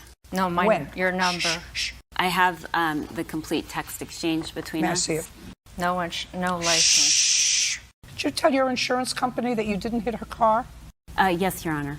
Why? Because we came close, but I did not. That's baloney. That's not. baloney. It's baloney. Because you wouldn't have gotten out of your car if you didn't hit her. We stopped. You wouldn't have gotten out of your car if you didn't hit her. So my question to you, I'm going to repeat it again. Why did you tell your insurance company that you didn't hit her? I told my insurance company that I did not feel an impact. We were very close, and I rolled down my window, and she was right there. That's not true. How could you lie? Is that what you want to teach him? How to lie? Is that what you want to teach your son? How to lie? Your Honor. Okay, well, that's what you're doing. Because your son was in the car, he knows that you hit her. So if what you want to do is teach him how to grow up to be a liar, you're doing a good job. That is not what I want to do. Well, then you want to tell me why you told your insurance company that there was no accident. Because, do you want me to go? No, I want you to tell me. You and I both know that there was an accident. We both know it because everything she told me was true. That you got out of the car, that you said, "I'm so sorry, I tried to avoid you." I did not say that. Tell me what you said. Just a second. Just remember who you're telling the story to and who was there and heard you. Just remember. Okay. Great. I made the turn. You went through a stop sign. She had the right of way. Yes, she did. And it was very clear. I could see around the corner there was no car coming. Well, there was a car coming. Well, it was not. There was a car coming because her car was coming. Okay. So you didn't see it. Maybe you were distracted. Maybe you were having an argument with your son. Maybe you were having a heated discussion with your son. Whatever it was, you blew a stop sign. You blew the stop sign. I did not blow the stop sign. Well, you did because you hit her. She had the right of way. If you came in close contact with her, or if you swerved to avoid her, then you still blew a stop sign. I did not blow the stop sign. I come out of this neighborhood every day because I live there. And I have to be very careful because sometimes people blow. We're talking about June 27th, 2017. Make sure you're careful because otherwise you brought him here. I'll ask him questions. Do you understand? Nope. I didn't ask you to do anything yet. I made the turn and I was going and I saw a car speeding from my left side. Yeah, just a minute. Just to make sure you realize who you're telling me this story in front of. And I stopped and I didn't feel anything or hear anything. And so I was relieved. I rolled down my window and she said, "What the hell are you doing?" And I got out of my car and she backed up and she goes, "Look at the scratch on my car." And then she looks at my car and she said, "And there's no damage to your car." She said, "My husband is going to kill me." What kind of car were you driving? A Tesla Model X. Yes. Go ahead.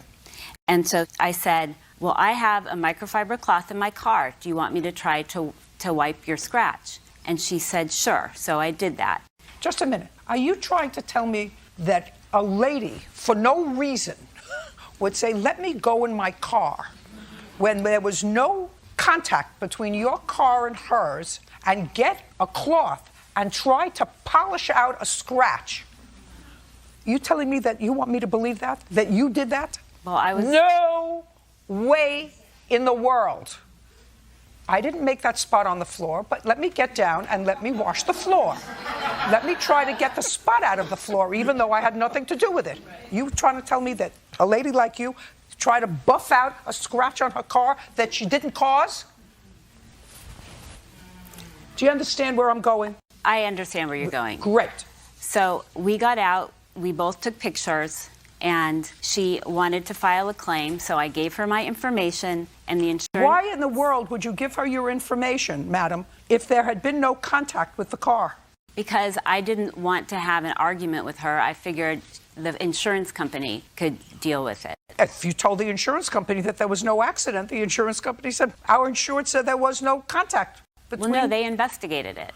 And I have the pictures from the insurance company of both Would cars. you like to see a picture of her wheel? I would love to see the full report of your insurance company. I want to see if you said to them there was no contact with the car. I have the pictures. I want to see if you told the insurance company that there was no contact with her car. I want to see if you told the insurance company that there was no contact with her car. I don't have a report from the insurance Then company. I'm not interested. Can I see a bill to fix your car, please? I do have a letter from the insurance I don't company. read letters from insurance companies. I have 2 estimates. You have the final And bill there, Kim. Just a second. Just give me the 2 estimates, please. Not a good example, Miss Ramsdale. And here's a picture of her wheel and the fact that the wheel is tainted. Would you just do me a favor and give me an estimate? That's what I asked for. I didn't ask for all those documents. I asked you for the estimates. I'm sorry. Judgment for the plaintiff in the amount of $13.15. We're done. Mr. George, I'm going to speak to you. This is your stepdaughter. Yes. And this is your daughter? Yes. Your complaint alleges that there was an argument in your house. Yes. And that your stepdaughter and your daughter caused some damage to both the house and later to a car. Yes. Miss Carroll says that this argument was precipitated by something that you did, that she really didn't cause any damage, is all as a result of your bad behavior. So, Miss Carroll, I'm going to start with you. Let me try to understand what this argument was about. On the 13th of May of this year, according to what I read in your mother and stepfather's petition, you came to your mother's home because some friends of yours had a baby. Yes, Your Honor. And these people didn't have the wherewithal to take care of this baby. Yes, the proper things. So you came to the house to see if you could give the baby to your mother. No, Your Honor, I didn't come to the house to see if I can give the baby to my mother. I asked her if it was possible to watch the baby because she did offer, so we came back. That's not what I'm reading. So you wanted your mother to take care of the baby until you came back from where? Just for the mother to have a break, just back to my house, just for the break. For how long? For a couple hours, that's what was discussed. That's not what I'm getting from here. What I'm getting from here is that the fight was about you wanted your mother to take care of the baby for an extended period of time, and your mother said to you, well, I don't mind doing that, but we'd have to do it legally through the court. Well, legally through the court is not for a couple of hours babysitting. Legally through the court means you wanted to leave the baby with them. Correct. Well, then which one is it? Listen. If you tell the truth, you don't have to have a long memory. If you're going to make up stories, you're going to look very foolish and it's going to be very unpleasant. Do you understand? Yes, Your Honor. Great. Now, on the 13th of May of this year, you came and you asked your mother to do what? To watch the child. For how long? For a long period of time. Did you tell her why? Because the parent didn't have anything for the baby at all, and I don't have anything at my house because I don't have any kids. And my mom has a 2-year-old, which is my youngest sister, so she has supplies and things for the baby that we do not have, I do not have. Well, did these people live with you, the mother of this baby, the father of this baby? How do you know them? I met her through another friend, and we're close friends. I mean, is there something wrong with her? She came asking for help to me because everyone turned her down for a specific reason, which I did not know that. They turned her down for what reason? I do not know the reason they turned her down, but that's my friend. When you asked your mother if she would take this baby for an extended period of time, what did your mother say to you? My mother says she will take the baby with proper documentation. So she wanted to go through court. Exactly. And what did you say to her? I said, okay, Ma, then we can do that, no problem. But the mother didn't have the stuff for the baby because she had a situation incident where she lost her apartment, she was homeless, and she did not have proper documentation because all the baby stuff and her stuff had gotten lost in the moving situation. That's what I was trying to explain to my mother. What stuff? You mean like a birth certificate? Birth certificate, social security card, and she did not have the money to replace anything else. She was messed up. Listen, if this is your good friend, why didn't you say, come and stay with me? I'm not in that situation right now, Your Honor. What do you mean you're not in that situation? You have no kids. You said to me, I have no kids. This is a good friend of mine. Exactly. And she was homeless. Why didn't you say, come move in with me? Okay, so back in New York, I have a program apartment to the point where somebody else is paying my rent. So I'm not allowed to have people live with me while I'm in that program apartment. So therefore, my mom pays her own rent out of pocket. I don't pay out of pocket. I get help. So therefore... You have children? No children. I'm single. Do you work? No, I do not work. I receive disability.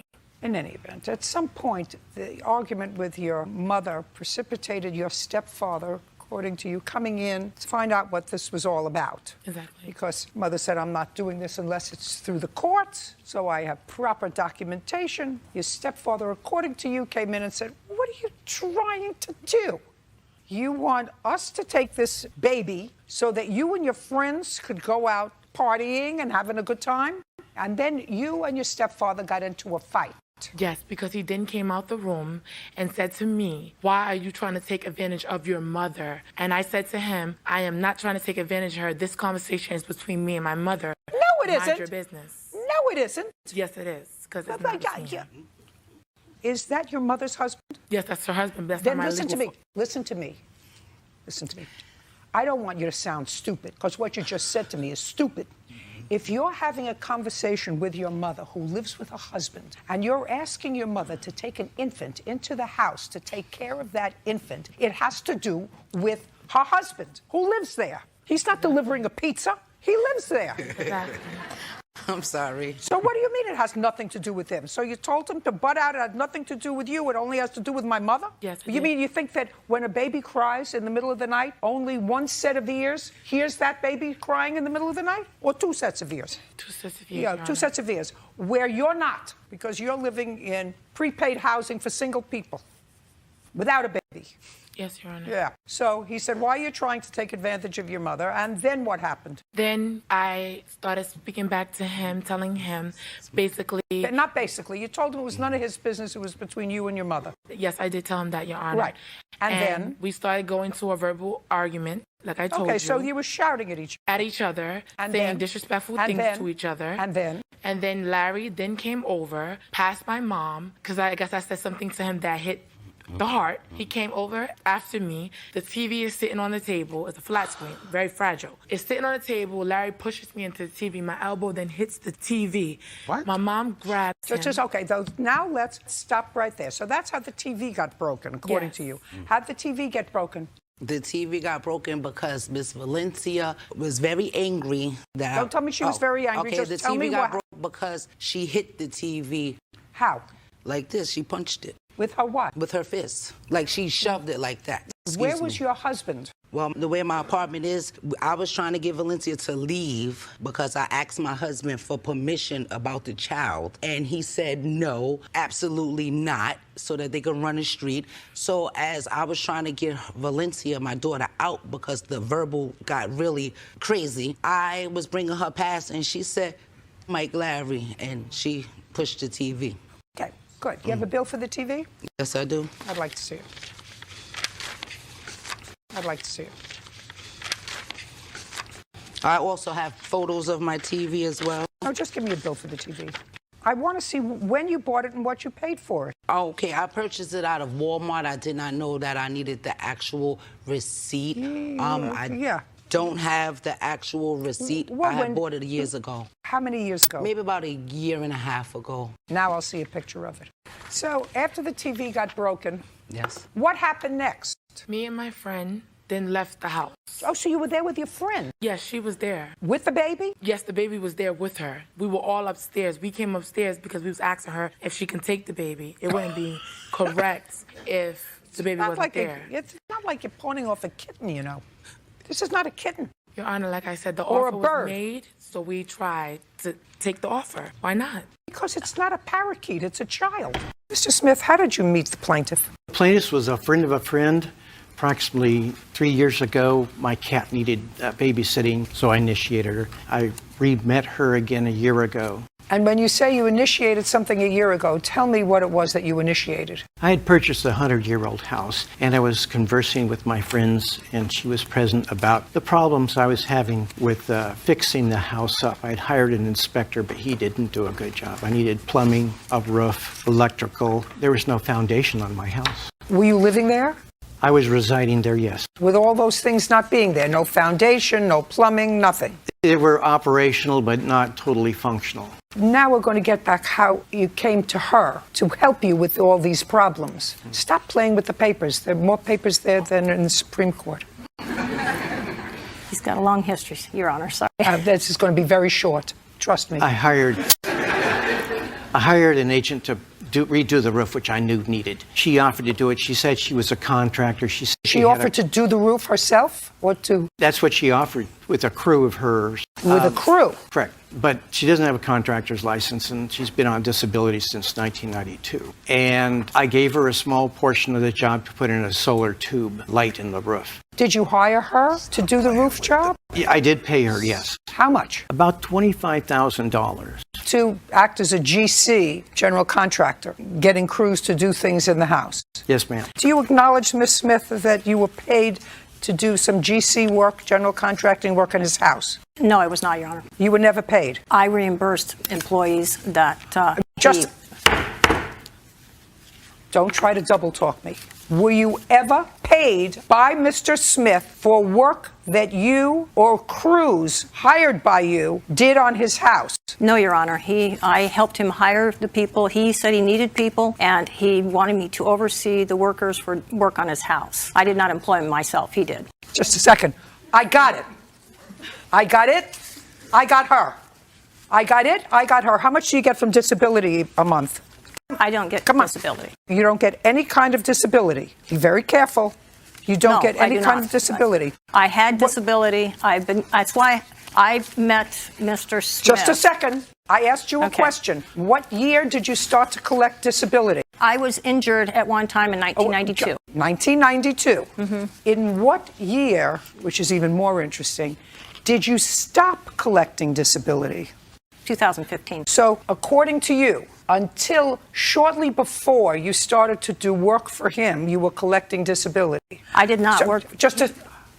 Now tell me why your disability benefits were cut off last year. That has nothing to do with this case. Oh, it has everything to do with this case. It has everything to do with your last answer. Because when I ask you, well, you paid money to GC, and you start dancing around because if you were paid $25,000 to GC a project, even though you paid other people, then you committed fraud on the federal government. They're going to come looking for you. It has everything to do with this case. You want to tell me why your disability was stopped, if it was? It had nothing to do with my case with him.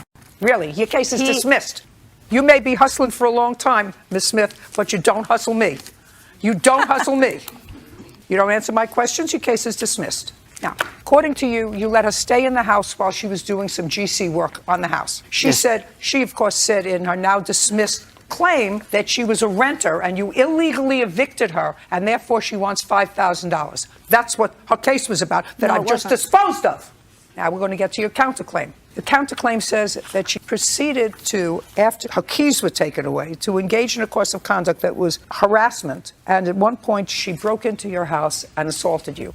You want to tell me about it? I allowed her to stay in the room as a guest. She lived 40 miles away. I was trying to help her. She had lack of assets. And she disappeared for 3 weeks, and there was a foul order coming from the room. When was this? Give me the month. November. Okay. I entered the room. I found stolen property of mine, an old flight suit, camera lenses, dog tags, 7 pairs of scissors. It was a total mess. I decided at this point in time that she had been gone for 3 weeks with no communication. Perhaps it was time I changed the locks. She arrives home. She doesn't even try the locks. She climbs under the house where the foundation wasn't yet, into the basement, into the kitchen, upstairs, pummeled me, grabbed my laptop, and ran away. Did you call the police? Yes, ma'am. You have a police report? Yes, ma'am. I'd like to take a look at it. I'll provide you with all the police. No, don't give me everything. Just give me the first police report when she came in and came into the house. When was the last time you had any contact with her? In court, approximately 3 weeks ago. What court? She had filed another motion to dismiss my protection order. She showed up late beyond the roll call and argued with the judge that she was there, and when she wasn't. You filed for protective order. Was it finally granted? Yes, ma'am. And how long do you have the protective order for? A year starting March of this year. And that's to keep her away from your house? And no contact me. And no Would you put the papers down? Is there any reason whatsoever that you would want to have any contact whatsoever with Mr. Smith? Yes, Your Honor. I filed a protection order against Mr. Smith in December of 2015. Was it granted? Yes, it was. For how long? For 30 days, and I came down with ocular migraines and could not make the hearing. I don't care. Okay. It was dismissed. Is that what you're telling me? Yes, just like his order, because it was default. I was not able to make it. He can't has be an order granted- of protection against you. That means he can't come near you, which he has not. There's no question in my mind that he has not come near you. Actually, I've got phone calls, Your Honor. There's no question in my mind that he has not come near you. So why would... What part of put the papers down don't you get? You have no reason to look at papers. I've dismissed your claim. I'm merely addressing the countersuit. Well, I have evidence for the countersuit, Your Honor. You do? Yes, I do. I want you to tell me how you got into the house in November when you found that the locks were changed. I was not informed the locks were changed, Your Honor. I have... I want you to tell me how you got into the house in November when the locks were changed. That day earlier, the day before, when I was driving there, or actually from 3 days before, Mr. Smith was locked out of the house. He called and he wanted me to come home because he wanted me to let him in the house because he had lost his key. Yes. And then he had told me that he had crawled under the house. Well, when I came back in town, I was only gone for 3 days. And I have text messages and his employees that worked under me, the day before, he had taken my purse. Mr. Stevens had my purse and had sent it over to Marshall's house, which was my house, because I'd left it in Cooley Dam with him, and he had sent it. Mr. Smith, when was the last contact you had with her? Approximately 3 weeks ago. And that was at the hearing. Okay, so this is really what you... Yes, ma'am. Pay careful attention. This is really what you have to do. You have to tell your lawyer that at some point, your lawyer has to move before the court not to allow her, without a judge okaying it first, to file a petition against you, to reinstate her protective order, to vitiate your protective order. Sometimes when people file serial orders and there's something wrong with them, judges will do that. They will say, before a clerk can file anything, it needs a judge's counter-signature. Do you understand? What does that mean? I would like to make one short comment.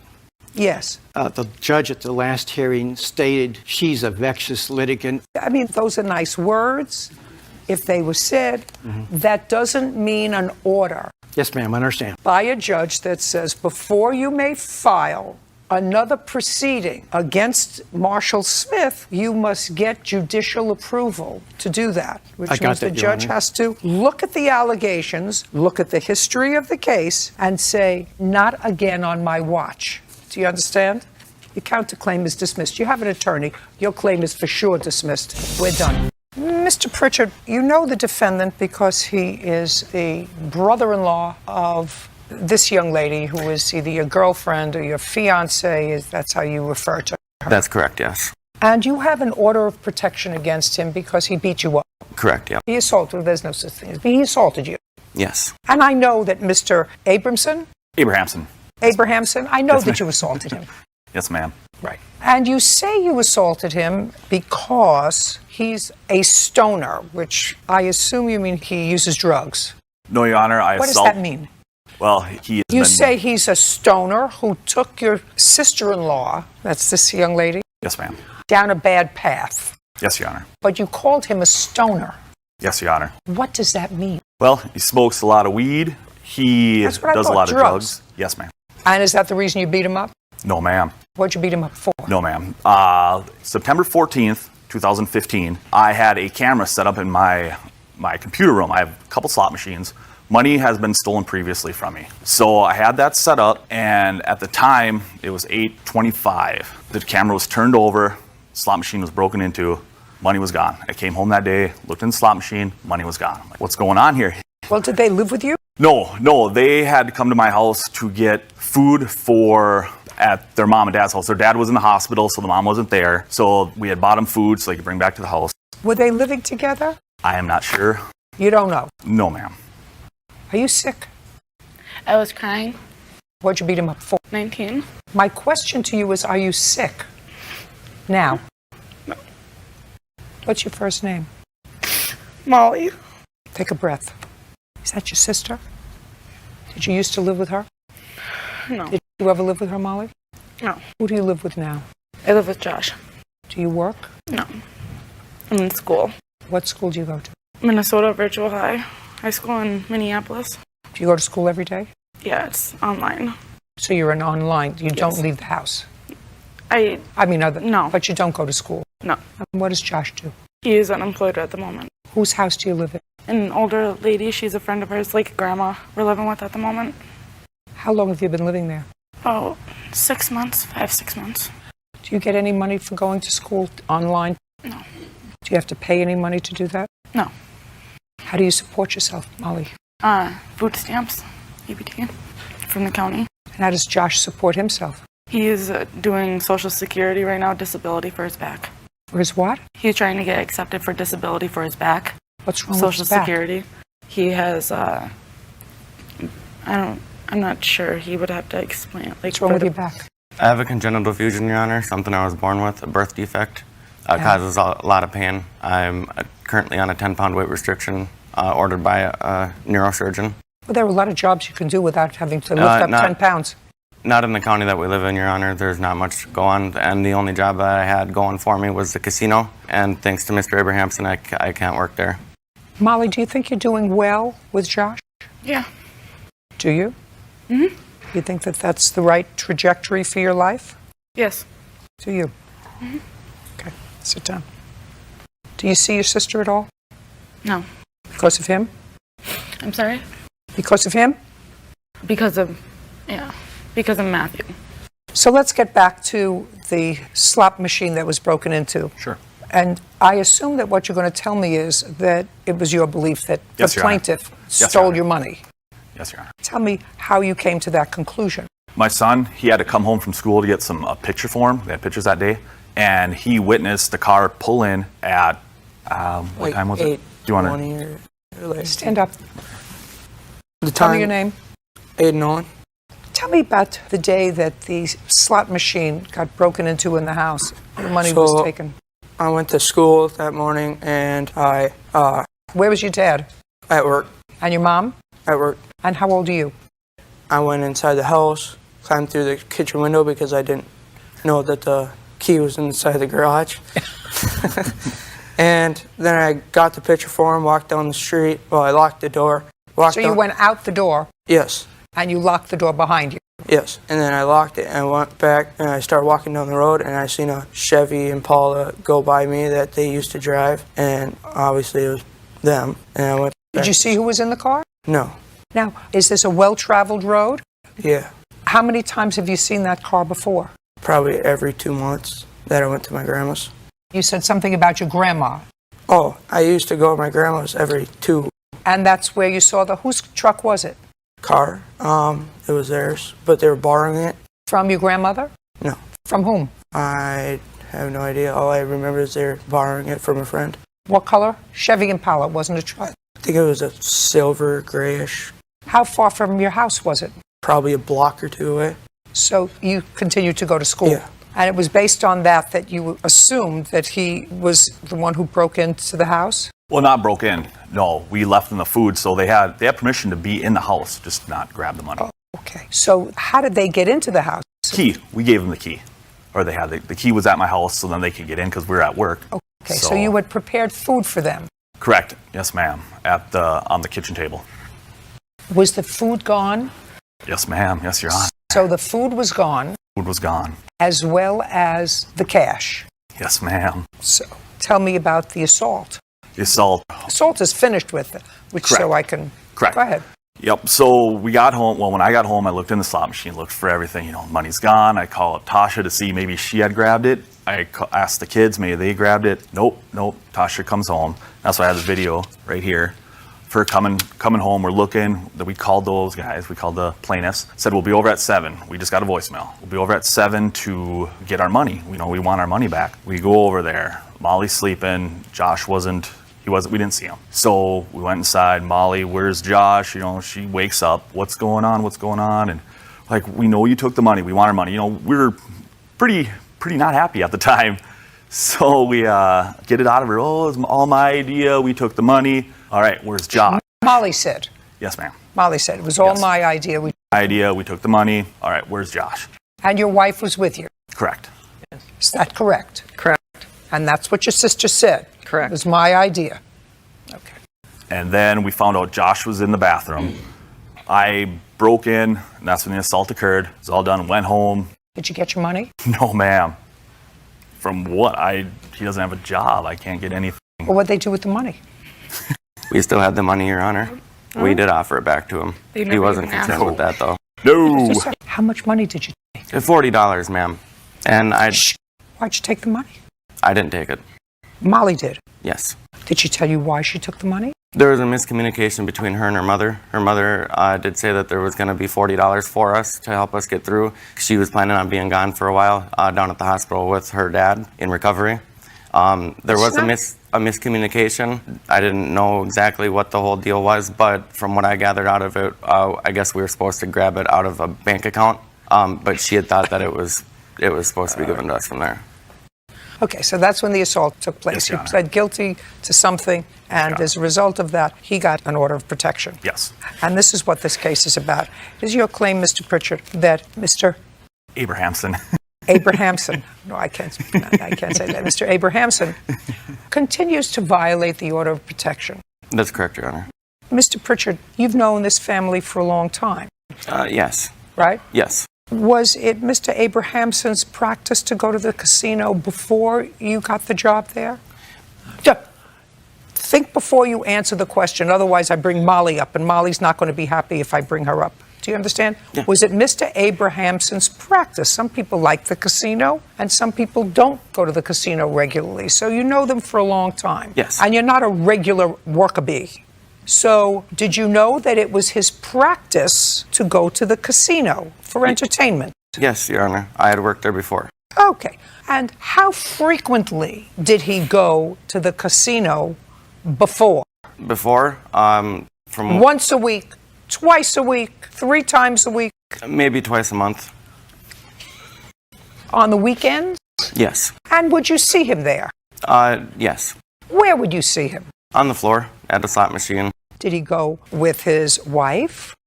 On occasion, yes. A lot of times he Sometimes? was there on his own, yeah. And sometimes on his own. Yes. And when did this assault take place? Give me the September date. 14th Of last 2015 year. 2015. And when did you start to work at the casino? March of 2016. So you started to work at the casino knowing that he went there twice a month, either alone or with his wife. That's correct, Your Honor. Right. So it was not surprising to you to find him at the casino because you knew that he was a regular at the casino. That's correct. Great. Now you have a video to show me, I assume. There's something there to show me how you believe he harassed you. By the way, when did you leave the casino? When did you leave that job? At the end of May, Your Honor. Of 2016. Yeah. So you had that, listen to me. Hey, Yes. so you had that job for less than 8 weeks. Yes. Prior to that, where did you work? Before that, I was working for Dairy Queen, I believe. What do you mean you believe? Were you working for Dairy Queen or were you not working Yes, for I Dairy was. Queen? A cone and a little ice cream doesn't weigh more than 10 pounds. What happened to that job? I assume there's one Dairy Queen in your neighborhood? Yes. So it's very easy to find out? Tell me what happened to that job and when. I had left that job, Your Honor. We had new management. You had new management, so what did new management have to do with you? We weren't getting along. You weren't getting along with the new team. Right. And from when to when did you work for Dairy Queen? October 30th, I believe, is when I started. And January 5th, maybe, was when So I you quit. worked there also for less than 8 weeks. Yeah, And that was January of 2016. correct. And then you were unemployed for 2 months. And then you got a job and had that job for another 8 weeks. Now, prior to working for Dairy Queen, who did you work for? I believe I was unemployed for a little while, Your Honor. What's a little while? From September of 2015, when this assault took place, to May of 2016, did you work more than 16 weeks? 8 weeks or less for Dairy Queen and 8 weeks or less at the casino? No. Did you work for anybody else? Yes. I'm listening. Okay. Little store, Your Honor. Little store, gas station. From when to when did you work at the little store? From May of 2015 until September when the assault took place, Your Honor. Okay, May, June, July, August. So that you worked the gas station for 4 months. Yes. In 2015. Correct. From September 2015 until May of 2016, am I correct that you held 2 jobs, both for a series of weeks, one for Dairy Queen and one at the casino? Correct. What'd you do with the rest of the time? I was in recovery for a little while after the assault. A lot of the times I was scared to leave my house. That was one of the big reasons why I didn't have any jobs. I've also been going through this disability, Your Honor. Well, then my question to you, and then we're going to look at your video. Then my question to you, Mr. Pritchard, is if you were scared to go out of the house, yes, what did you take a job for at a casino where you knew the defendant frequented? Mr. McDonald, I'm going to start with you, sir. Okay. You and Miss Perez worked at the same place. You were the manager of the place where you worked. What kind of facility was that? It's a check cashing. You were the manager, and what role did you have there? I was assistant manager. You were selling a car. That is correct. And Miss Perez and you came to an agreement that she was going to purchase the car. When was that, Mr. McDonald? We started talking about it probably about August 11th, 2016. Did she purchase it in August of 2016? Yes, she did. And she gave you a down payment? That is correct. How much? $2,500. And the agreement was she was going to pay you $200 a month. The agreement was that she would give me $100 every payday, which would be $200 per month, some months $300. And in the month of September, did the payment start immediately in September, or were they delayed until October? No, ma'am, they started till October 1st was her first payment. Did she make a payment in October? Yes, she did. Did she make a payment in November? Yes, she did. It was late. Okay, but she made a payment in November. That's correct. Did she make a payment in December? No. Do you have any proof that you made a payment in December? No. Then you didn't make the payment in December. Why did you not make the payment in December? I spoke with Larry and I let him know that my daughter, we had a situation out of town, and he was okay with me not making a payment. And I told him I'll make up for it in January. Did you make a payment in January? Yes, I did. Did she make a payment in January? In January, yes. Okay, January what? January 19th. And how much did she give you in January? $200. Had she had a discussion with you in December about some emergency that she had? She had a discussion with me to tell me that she needed time off work to take her daughter back to see her aunt, and that she would be back at a time, but did not. Did she tell you well, you must have asked her what about the car payment for December? Yes, and she said she was going to be making it. And she did not? No. In January, however, she made the payment on the 19th. That's correct. And on that same day, when she made the payment, you repossessed the car. Is that correct? That is correct. And you didn't tell her when she made the payment to you that you were repossessing the car because you knew, according to you, that she was going to be fired from her job the following week. Is that correct? That's what you say. That's correct, but the fact is that she only had made up to January 19th and made 2 payments, so she was 6 payments behind. No, yes. sir. Yes, she Not was. according to you. No? I just asked you those questions, sir. I said, did she make a payment to you in October? Which You she said did, you were one paid. payment. You asked me if she made a payment, and I said yes, she made one. She made one payment in November. Of how much? $100 each, both times. So she made $200, and she was supposed to pay you how much? $400. $400 a month. That's so $200. No, okay, let me back up. October, she should have paid me $200, $100 for each pay period. Just a second. So she paid you $200. No, How much did she pay you? $100. Okay, so she only made one payment in That October. is correct. Got it. Now I got it. You have proof that you made 2 payments in October. Question. There's a question before you. Did you make 2 payments in October? No. In November, how many payments did she make? One payment of $100. Do you have proof that you made 2 payments in November? Because you were supposed to make 2 a month, right? Well, then he had every right to repossess your car. Because what he said was, initially, I said, well, if she made her payments in October and November, she missed December, but then she paid in January. She gave him $200 in January, and he took the car back right after the payment. That sounds a little sketchy. But you didn't pay him in October. You didn't pay him in November because you owed him money in both October and November. You didn't pay him at all in December, and you didn't pay him in January until January 19th. What did you expect him to do? No, Give you a gold star? I did make 2 payments, but I made 1 payment in October. You made a payment of how much? $100. In October, no, 135 plus 115 because we went half on the thermostat that went out. So I made don't a care. payment. Listen to me. I don't care about the thermostat that went out. Okay. You were supposed to pay him $100 a pay period. Yes. How many payments did you make him? I made make to one in- payment of $250 in October. $250. Show me.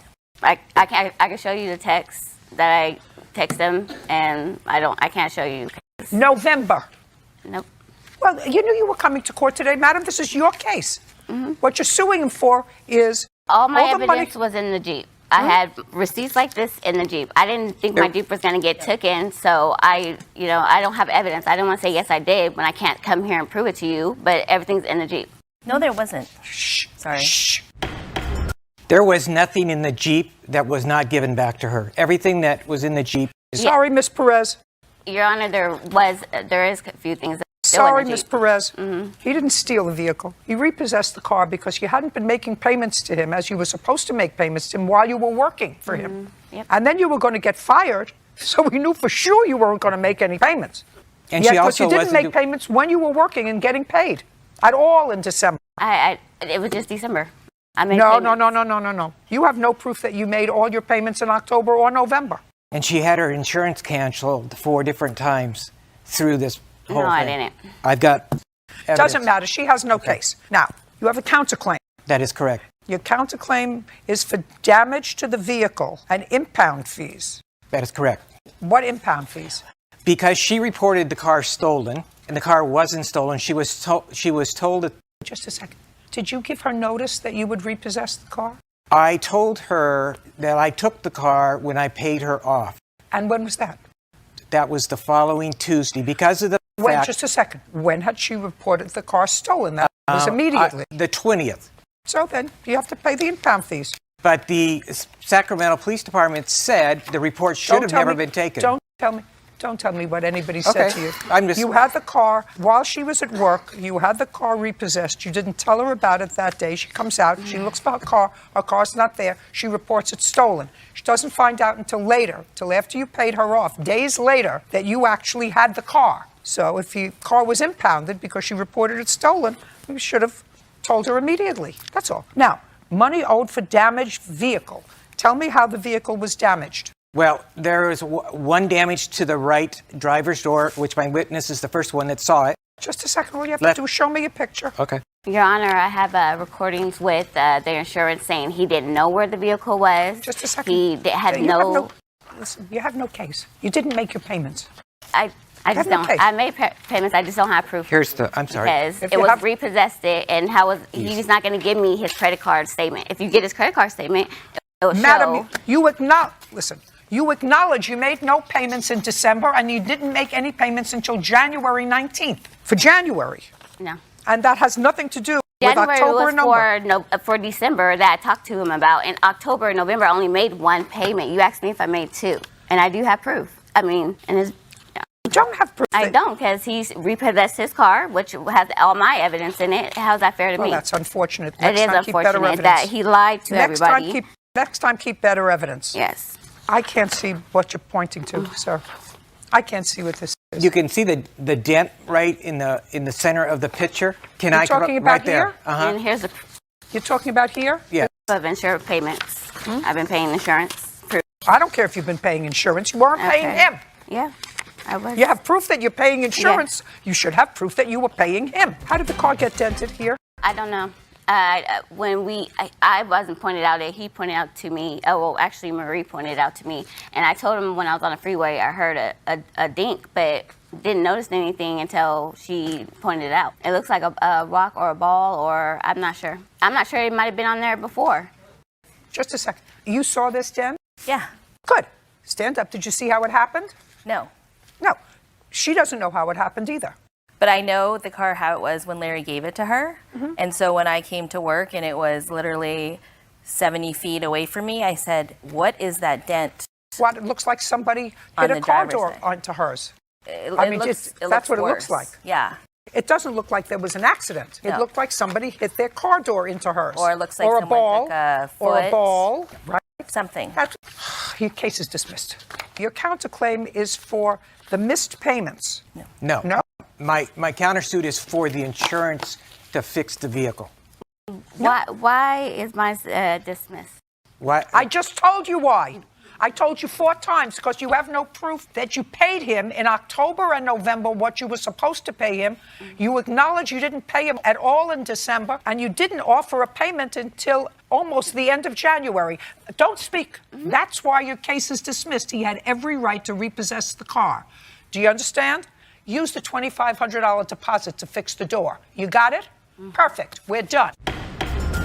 Ms. Tickle, you boarded a horse at the defendant's facility, and you claimed the horse was injured while at that facility. Yes, Your Honor. And in addition, that when you tried to get the horse from the facility, the defendant sort of held the horse ransom because she claimed that you owed her money. Yes. And I read her answer, and her answer is clear. She said that the horse was, in fact, injured at her facility, correct? Yes. And that she immediately called your vet, correct? Yes. And that your vet said that in order for your vet to come out to look at the horse, she would have to pay a past due bill of yours in addition to that visit that the vet would make. So what's the name of your vet?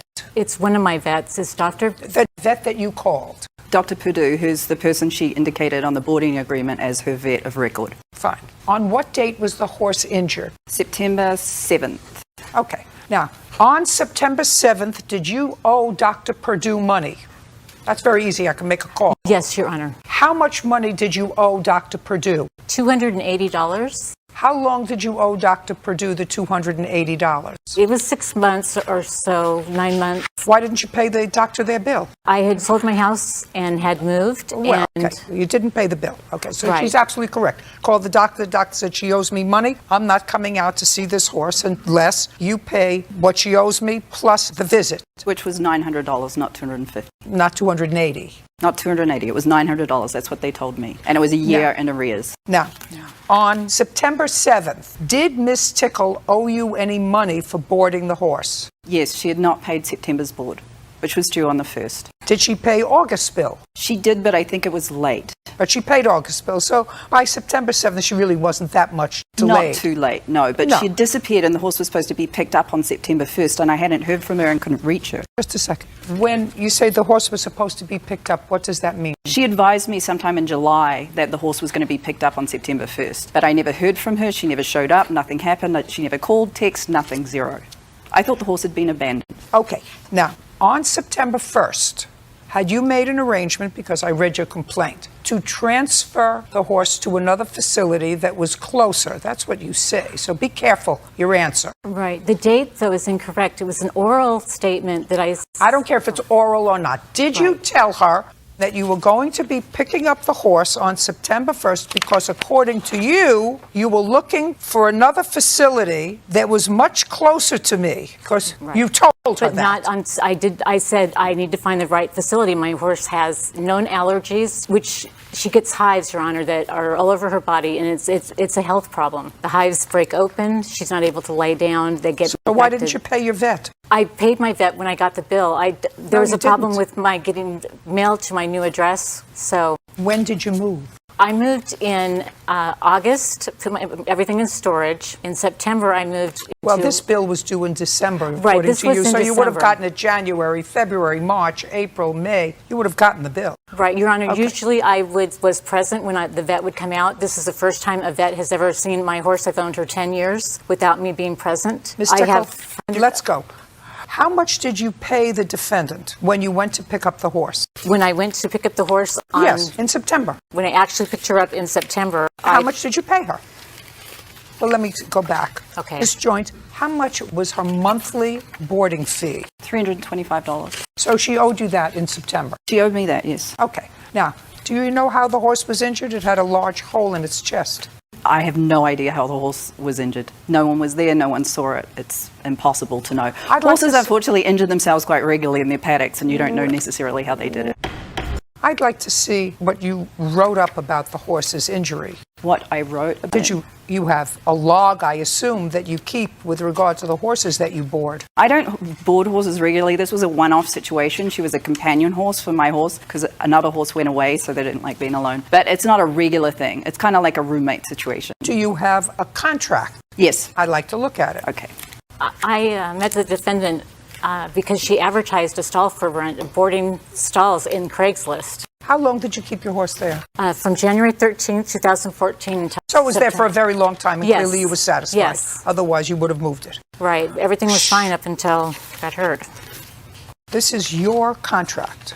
And this says that if the horse becomes injured, which the horse clearly was, that it's your responsibility to first try to contact the border. Which I did desperately. Just a second. That's fine. And the second thing that you do is if you can't contact her, she gives you permission to contact her vet. Correct. Which you did. Correct. If the border's veterinarian is unavailable, the border authorizes the stable to call its veterinarian in an emergency, and that the border will be fully responsible for all veterinary charges so incurred. So you really had the responsibility to call a vet, but it's her responsibility to pay.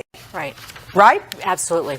Correct. So the part of your request for vet bills, she's not responsible for those pursuant to this contract. You are. Right, Your Honor, but her boarding contract, she doesn't have a home occupational permit to run a boarding stable in Simi Valley, and that's required to...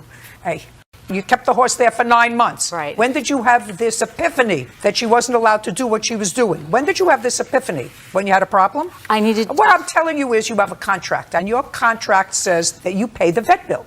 Right now, you owe her $325 because your horse was there in the month of September. Has this happened? You paid it? Yes, I did. Great. How much did you pay her? I paid $325. I sent it to her through bill pay. Is that correct? It was cancelled. I have an email from my bank saying it was cancelled. I canceled it, Your Honor, after... So you owe her $325? No, I paid that... She gave me a billing, Your Honor, when I came. She never Pick up the horse. She said to you, you're not getting the horse unless you give me so much money. Right, and she added on erroneous charges and add-ons. How much money did you give her? I gave her $1,584. Okay, now we come back to you. What is $1,584 for? I have a line item billing of everything that I did for the horse, being that I had understood the horse was abandoned for the last 2 months. Well, I don't care what you understand, actually. I don't care what you understand. 7 days is not abandoned. She had not been to see that horse for months. That's not true. That's actually impossible because she told me that a month prior or 2 months prior, she had a conversation with you that she was moving the horse. I believe it was a text exchange. I don't care if it was text or by smoke signals. She had not been to the facility to see her horse. Listen to me. It doesn't matter. So far, she owes you $325 for boarding for the month of September. I'd be happy to show you the billing with the receipts that I have. She paid you in August. I apologize. It's complicated because we had Just a second. No way. No way. So baloney. Take it back. She owes you $325 because the horse hadn't been there the whole month of September. According to this, twice a month. She also paid hay in addition to the bull. I understand that. And I fed her horse and I gave it medical care, which it was essential, or the horse could have got an infection and been very sick. Let me tell you what you were required to do pursuant to your contract. You were required to get a vet. I did. I called the vet and No, I read your answer. I spoke to the vet. I read your answer. And he gave me his recommendation. I read your answer. You don't get paid for that. You personally, unless you paid it, just a second. Listen to me. It's left at my property. Listen to me carefully. Unless the vet sent you a bill, you don't get paid for that. How do you? Did the vet send you the bill for the I'm speaking. Just answer the question. Did the vet send you a bill for the conversation that you had with the vet to tell you how to fix the injury, this large gaping hole in the horse's chest that happened while it was under your care? No. Did the vet tell? The answer is no. He gave me free so advice because he $1,584 knew less I thought it was $325, abandoned. which is actually what she owed you, which she didn't pay, which is $1,622. So far, $1,261. Then you do have to feed your horse. Yes, Your Honor. Yes.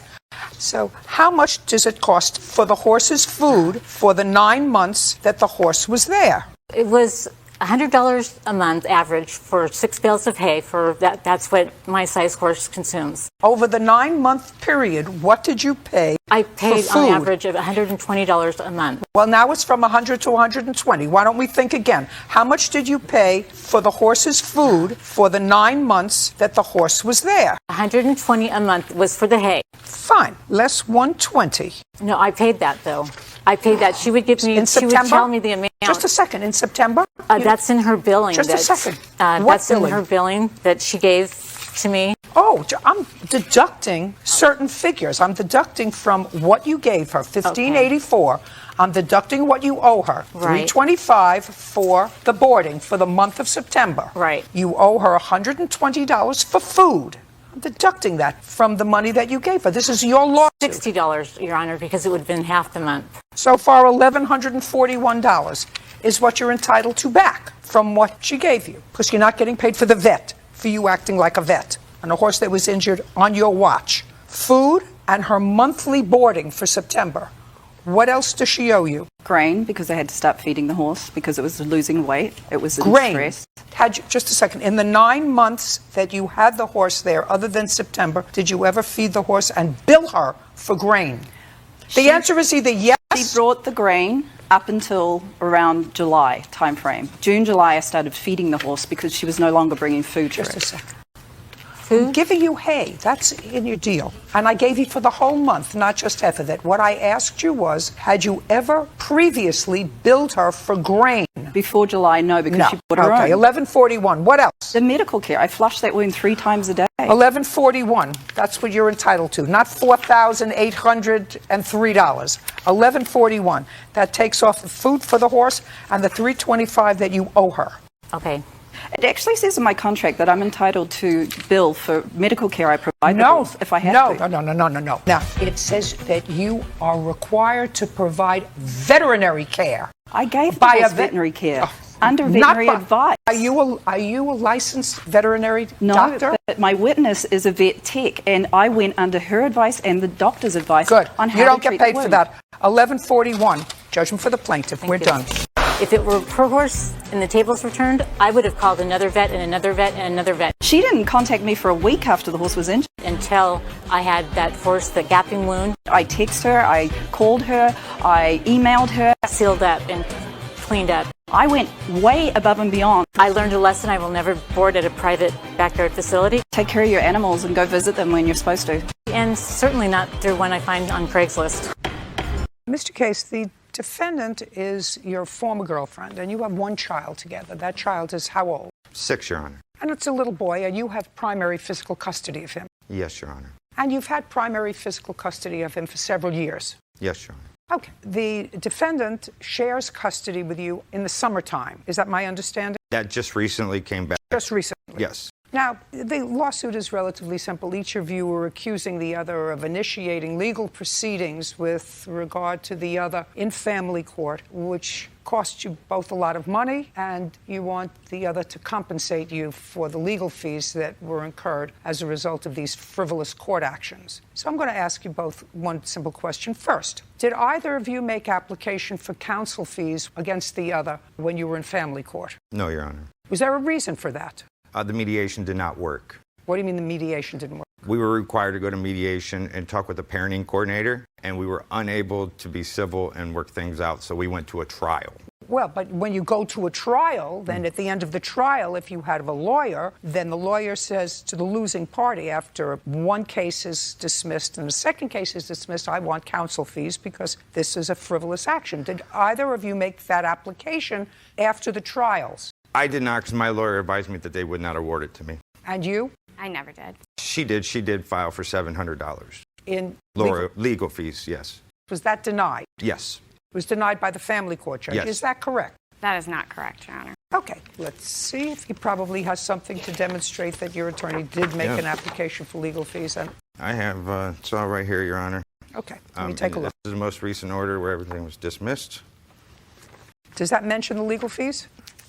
Does this mention the legal fees? It should, yes. I'm not should. I'm not going to read this whole thing.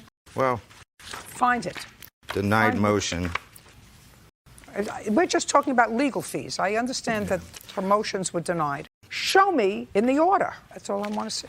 Right here in the court. I got it in the court docket where it was all denied. You Not can look all, over this whole just- docket. I don't want to look over the whole document. I want you to take a Okay. pen and circle where it says motion for counsel fees by Miss Aldrich is denied. That's it. That's an easy thing. I'm sorry, Your Honor. It was right here. This is part of it. For some reason, it's not in the court docket, Your Honor. Okay, sorry. if it's not in the court docket, then it's not there. All right, now I'm going to address one part of your case, sir, because that's going to be dispositive for me with regard to the entire case. There's no question, Miss Aldrich, that Mr. Case has legal custody of your son, either given to him initially by you or awarded by a court after a trial. Is that correct? That's correct. And that is after a full fact-finding trial. The court, clearly by awarding him physical custody, determined that he was a more appropriate parent. That's what the courts do. Right. They say between two people. So that's a given. Now, this is what I understand, at least in part, started all this trouble. You had primary physical custody. According to you, at some point last year, your son came home from a visit with his mother. According to you, he had a bruise. Multiple bruises. And you asked him what happened, and he said to you, in effect, Mommy's boyfriend hit me.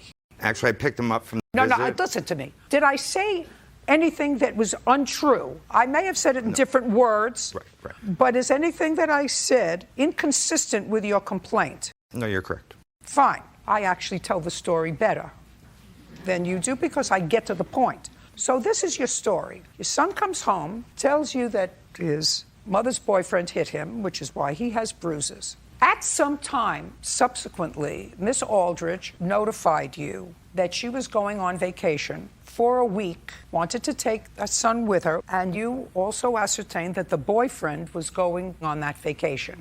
So far, correct? Correct. How much time after you noticed these bruises was this vacation supposed to take place? I'm not sure approximate date, but I filed for a protection order against her boyfriend. Immediately? Actually, I made a police report. As I picked him up, I pulled over a police officer as I was driving down the road. So you made a report immediately? Yes, Your Honor. Okay. And you initiated a protective order with your son as the beneficiary of that protective order, keeping Miss Aldrich's boyfriend away from your son. Yes, Your Honor. Did you and your boyfriend go away together with your son on vacation? No, ma'am. The boyfriend didn't go? He was not allowed. But you went? I sure did. And you took your son with you? Yes, ma'am. That was after a hearing. Was there ultimately a hearing on that protective order with regard to the boyfriend? Yes, ma'am. And what happened with that case? It got dropped.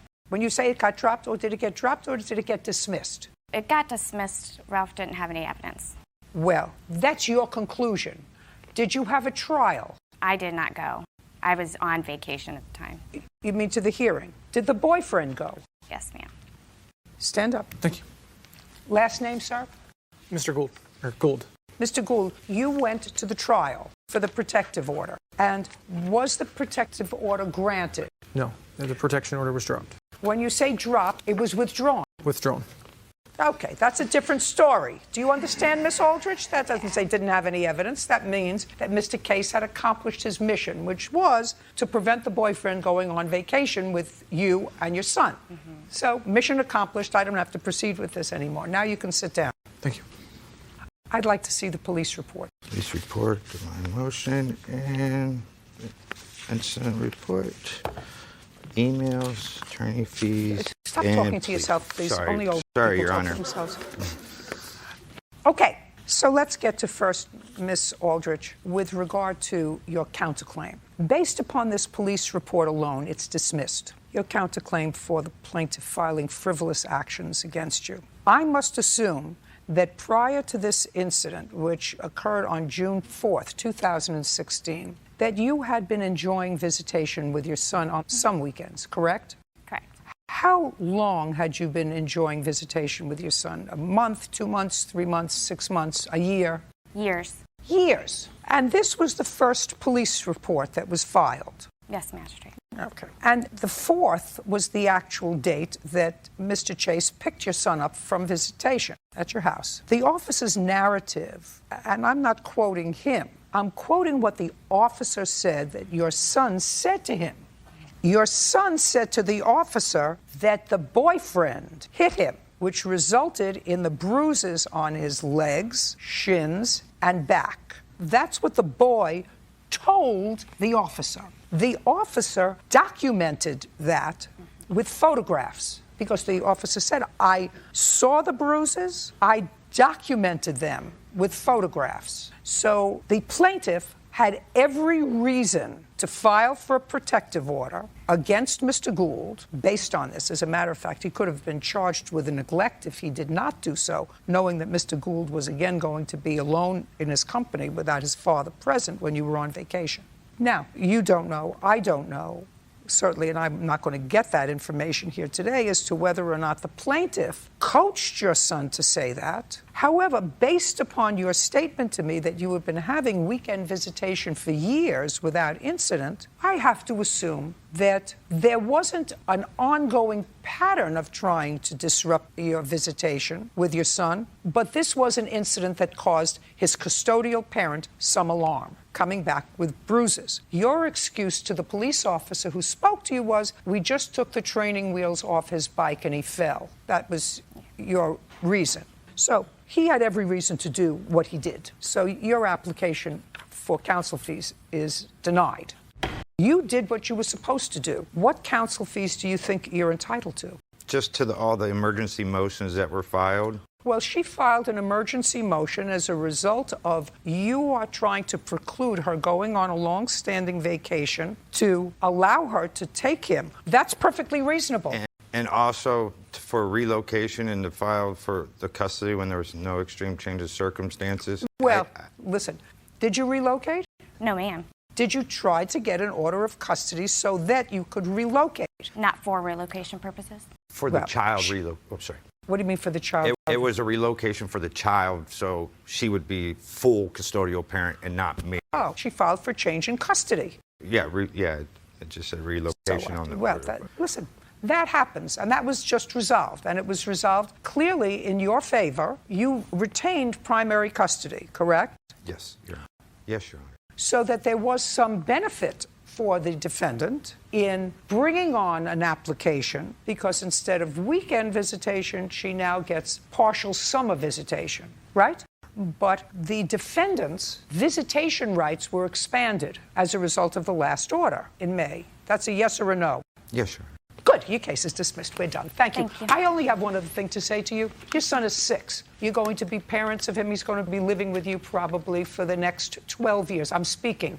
Try listening. Put on your listening ears, Mr. Chase. I think you're a very nice guy and you're a good parent and you've parented this child reasonably well so far. I see no indication that you have not, which is all a wonderful thing, and I give you credit for that. However, I'm going to tell you this. Both of you didn't make this one child to make his life miserable, I assume. You made this child either on purpose or by accident, but you made this little being who didn't ask to be born. So don't make us like crazy. Do you understand? I understand. And your primary responsibility when your son is with you is to him, period. Nobody else. And I guarantee you that if you had primary custody of your son and he went with his father for a weekend and you picked your son up and he had bruises, which your son clearly did, and your son said that his girlfriend hit him, you would have done nothing less, right?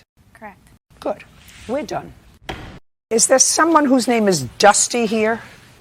That would be you. Yes. You are the plaintiff's wife? Yes. Are you together? Not at this moment, no. And you are appearing as a witness for him? Yes. Interesting. Now, Mr. Barnes, you lived with your wife in a rental property that is owned by the defendant. Yes, ma'am. Your wife's name was on the lease. Your name is not on the lease. Yes. The defendant knew you were there. Is that correct? That's not correct. Oh, that's not true. Then your counterclaim is dismissed because your counterclaim is that he was supposed to fix a shed for you. You paid him to fix the shed. He never fixed the shed and the materials disappeared. Well, why would you pay? I mean, he was just a maintenance guy that was around, so you knew he was living there. Yes. So why did you say no? It's been a rocky relationship and they split up a number of times. That's okay, but you knew he was living I there. did know, yes. Okay. And you knew he had been living there for a long period of time, as long as Dusty has lived there? How long was Mr. Barnes living there? When did you move in, Mr. Barnes? October 19th of 2015. And on what date did you change the locks? November 9th, 2016. You can't do that. So his lawsuit is for an illegal eviction and for some property that he claims was lost somehow. You have a counterclaim. Your counterclaim is some damage that was done to the house by this person who you first said that you didn't know was living there, and something that has to do with this shed that he was supposed to build for you. Okay, what I find is curious. Did you bring him today? We flew together. Because the story is a rather convoluted one. According to Miss Howell, you advised Miss Howell that you and the defendant were once again off again, you were leaving. Is that right? Yes. You can stand up over there. When did you tell her you were leaving? It was like November, a little after November. And when was Mr. Barnes, the last night that Mr. Barnes stayed at the house? I have no idea what was the last night. What was the last night you stayed at the house? It was like November 10th, somewhere in a little over the first week. I'm not sure of the date either. Well, she changed the locks November 9th, so it had to be before. Yeah, it was 2 days after after Dusty left. It was 2 days that Miss Howell came over there and changed the locks. And you left in November? Yes. Had you paid November's rent? Yes. Who paid it? My name is on the receipts. Who paid it? He did. How much was it? $575. Mr. Barnes, who gave Miss Howell the rent? Miss Howell is at the office when we go to pay the rent. We both went in there and we paid the rent. I got receipts. And it was accepted? Yes. Why did you change the locks? Because I got text messages to show you that Dusty had moved out and that Harold had changed the locks on the house and that she had turned off the... Okay, just a second. So you show me where she said that Harold had changed the locks on the house. Did you change the locks on the house? No, ma'am, I did not. So show me. Did you tell her that Harold had changed the locks on the house? No. I'd like to see that. Ma'am, the only locks that I put locks on the shed. I put a door on there and I put a padlock and a locked a door handle one that had a key to it also. But I didn't change no locks on the residence whatsoever. What locks were you talking about? You say you went to get the things that he has changed the locks. Did that have to do with the locks on the residence? The house, the door lock from the house were put onto the shed, and then they haven't got new locks for the house. What kind of lock? You mean like a regular door, the front door lock? The question is, were you able to get into the house to get your things? Yes, I was. So what did you say to her, that you went back to the house to get your things, but he went and changed the locks? What does that mean? He had changed the locks. When my daughter and I went to get my things, he had changed the locks. That's what he said at the time. Just a minute. Did you go there, or did he tell you he changed the locks? And he told me that he changed the locks. Did you go there? Yes. Were the locks changed? Yes. So you couldn't get in? As far as I knew. It doesn't really make any difference. You knew he was there. You had accepted his rent. You had no right to evict him. That's what he's suing for, an illegal eviction.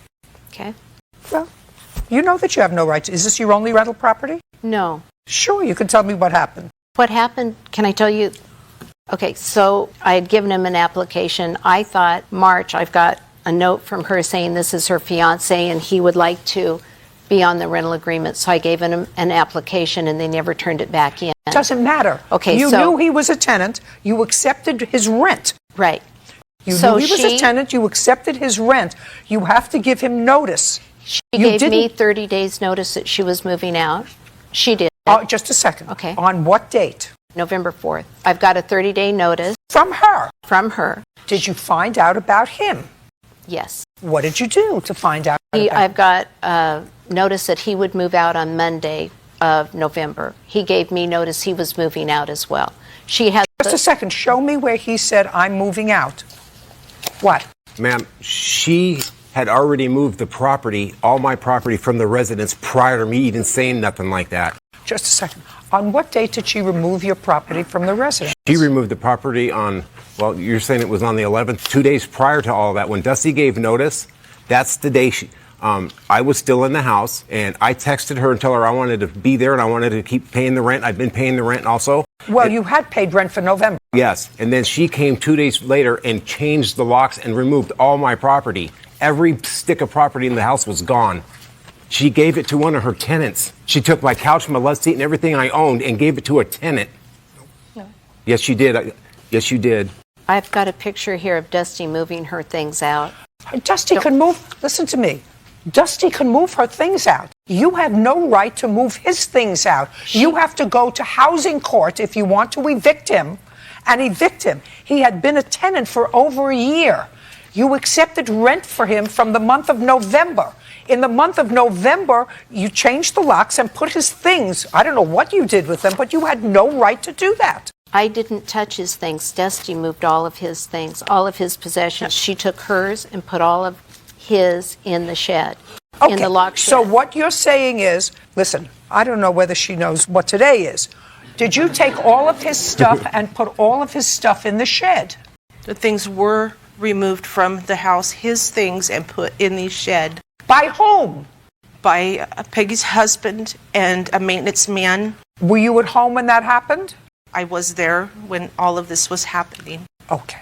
So you were there, he was not. Right. And did you tell them to move his things from the house into the shed and secure them? Yes. You told them that? Yes. And they did it? Yes. Are either one of those people here today? Yes.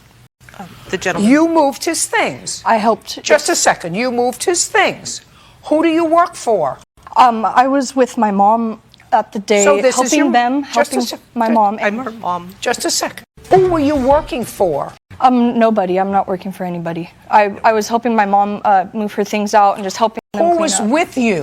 It was me and Peggy's husband, and there was That would be you. That's Yes. Did you help move his things Yes, I did. out of the house into this shed? Well, that's all I want to know. Judgment for the plaintiff in the amount of $5,000. Your counterclaim's dismissed. You cannot illegally evict someone who you know has been a tenant for a year because you chose sides in a domestic dispute. Now, you knew, and if you have other rental property, you know that if you have a de facto tenant who's there and has been there for over a year and you've been accepting rent, put your hand down. Okay. And you've been accepting rent from that person, you have to say, you're not on the lease, I'm giving you notice. Then they may or may not leave. But you can't summarily eject somebody who you've accepted rent from, at least for the month of November. I've got a signed agreement that he agreed to vacate. Before or after you moved his things? Look at me. After. Look, after. Judgment for the plaintiff in the amount of $5,000. Thank We're you, done. ma'am. She knows the law. She knows she can't do that. She did it anyway. She knows the law. I thought as of October 1st when I was at the property, he was not there. And what she said about me moving out prior, no. She took my property and gave it to one of her tenants. Make sure they sign the lease. Time to move forward by myself. Mr. Janet, the defendant was a tenant of yours, and she was a tenant of yours through a Section 8 housing, which means that Section 8 housing paid part of the rent and you paid part of the rent consistent with your income. It is your claim that the defendant left the house in a terrible state and in addition took some furnishings that didn't belong to her. The defendant says that she bought your furniture and that she wants her security deposit back and that whatever things she took from the house, she had purchased, things like faucets and things she replaced. Well, let's deal with that for a moment. I read your answer, Ms. Henderson, and it appeared to me that you did replace some knobs or faucets in the house. That's what you said? Yes. Did you put the old ones back when you left? The old ones were kind of like ruined a little, so I replaced it brand new. I upgraded the furnishings in the sink, and I left the sink there, and I did replace all the blinds with brand new ones. And you left them there? Yes, I left them. Is that correct? No, Your Honor. I have the proof right here stating from the guy who did the labor and the repairs, and he just sent the receipt to me. What I'm asking you is, did you leave it there? Yes, I left it there. Did you take pictures of it? Yes, well, I didn't take pictures of them, but I do have the receipt and the man who did the labor. Oh, I understand that you may have done it. He says that you didn't leave them. He says a lot of things that are not true. Maybe. When you left, did you do a walkthrough of the house? Did, Your Honor, and that... Together? No, she wouldn't make an appointment. I called, I have to check my calendar, and I never heard back. Okay. You were taking back this property. She was a tenant for how long? Almost 2 years. 3 years. And you were taking back the property because you wanted to move back into the country? Yes, Your Honor. And we agreed upon the Section 8 doing the checklist, the passing list, and I have the passing list through housing right here. I'd like to see. Okay. When did you move out, Ms. Henderson? On the 27th of February. And that was the exit report. Well, this is February of 2015. Well, I don't have the up-to-date one, but Mr. John Janet has the same copy that I have also. But the exit inspection, he has the same You one. have an exit inspection from City of Section Carlsbad. 8 housing? I have an inventory checklist. After she left, there was an inventory done of the property. By whom? Well, the housing gal was there. I have a letter from housing that she took some pictures. She couldn't believe it. She just couldn't believe the Not destruction true. was so extensive. Just a second. Not true. Do I you have the have pictures. something from housing in February? You vacated in February. Yes. On or about February 27th or the beginning of March that indicates the condition of the house. He wouldn't bring that, Your Honor, because that would be defeating his whole purpose if he bought that list with him. You should have it. I know. I thought I bought both Well, of them. I that's- did. But I wouldn't Shoulda, be- woulda, coulda. That Right, comes but under the category of shoulda, woulda, coulda. I wouldn't continue on Section 8 if I destroyed his home. They wouldn't let me continue on there. Miss Henderson, I don't know that at all. I just need the document. Okay, do we have the document we were looking for? I believe we do, Your Honor. There's also a letter from the I housing just want to see inspector. the document, please. Yeah, I'm saying that is part of the documents. It's not part of the document. The document is that one paper underneath the picture. And it has the last inspection that was done in there included, Your Honor. Too much. Second. A little too much. This There's is a lot more. nothing. Okay, this was done in December of 2016. She put that one off and told housing couldn't do it, come back another time, and was able to stall them. So everything passed. Yes, ma'am. And I moved on to my next place. Now, Mr. Janet, there were no notes on here other than it said unit passed inspection, new kitchen faucet, screen door, and sliding door handle were being installed during the inspection.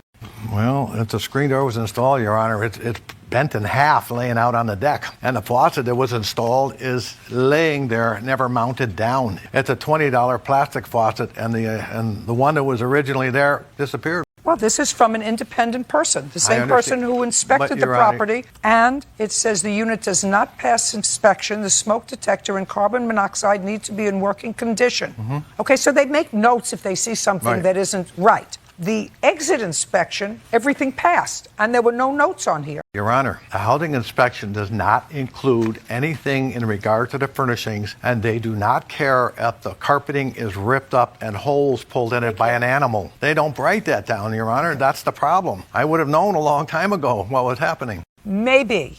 Now, let's talk about your furnishings, because that's part of your lawsuit, that she took furnishings that didn't belong to you. What furnishings did she take that didn't belong to her? Okay. Everything that was in the place. The before?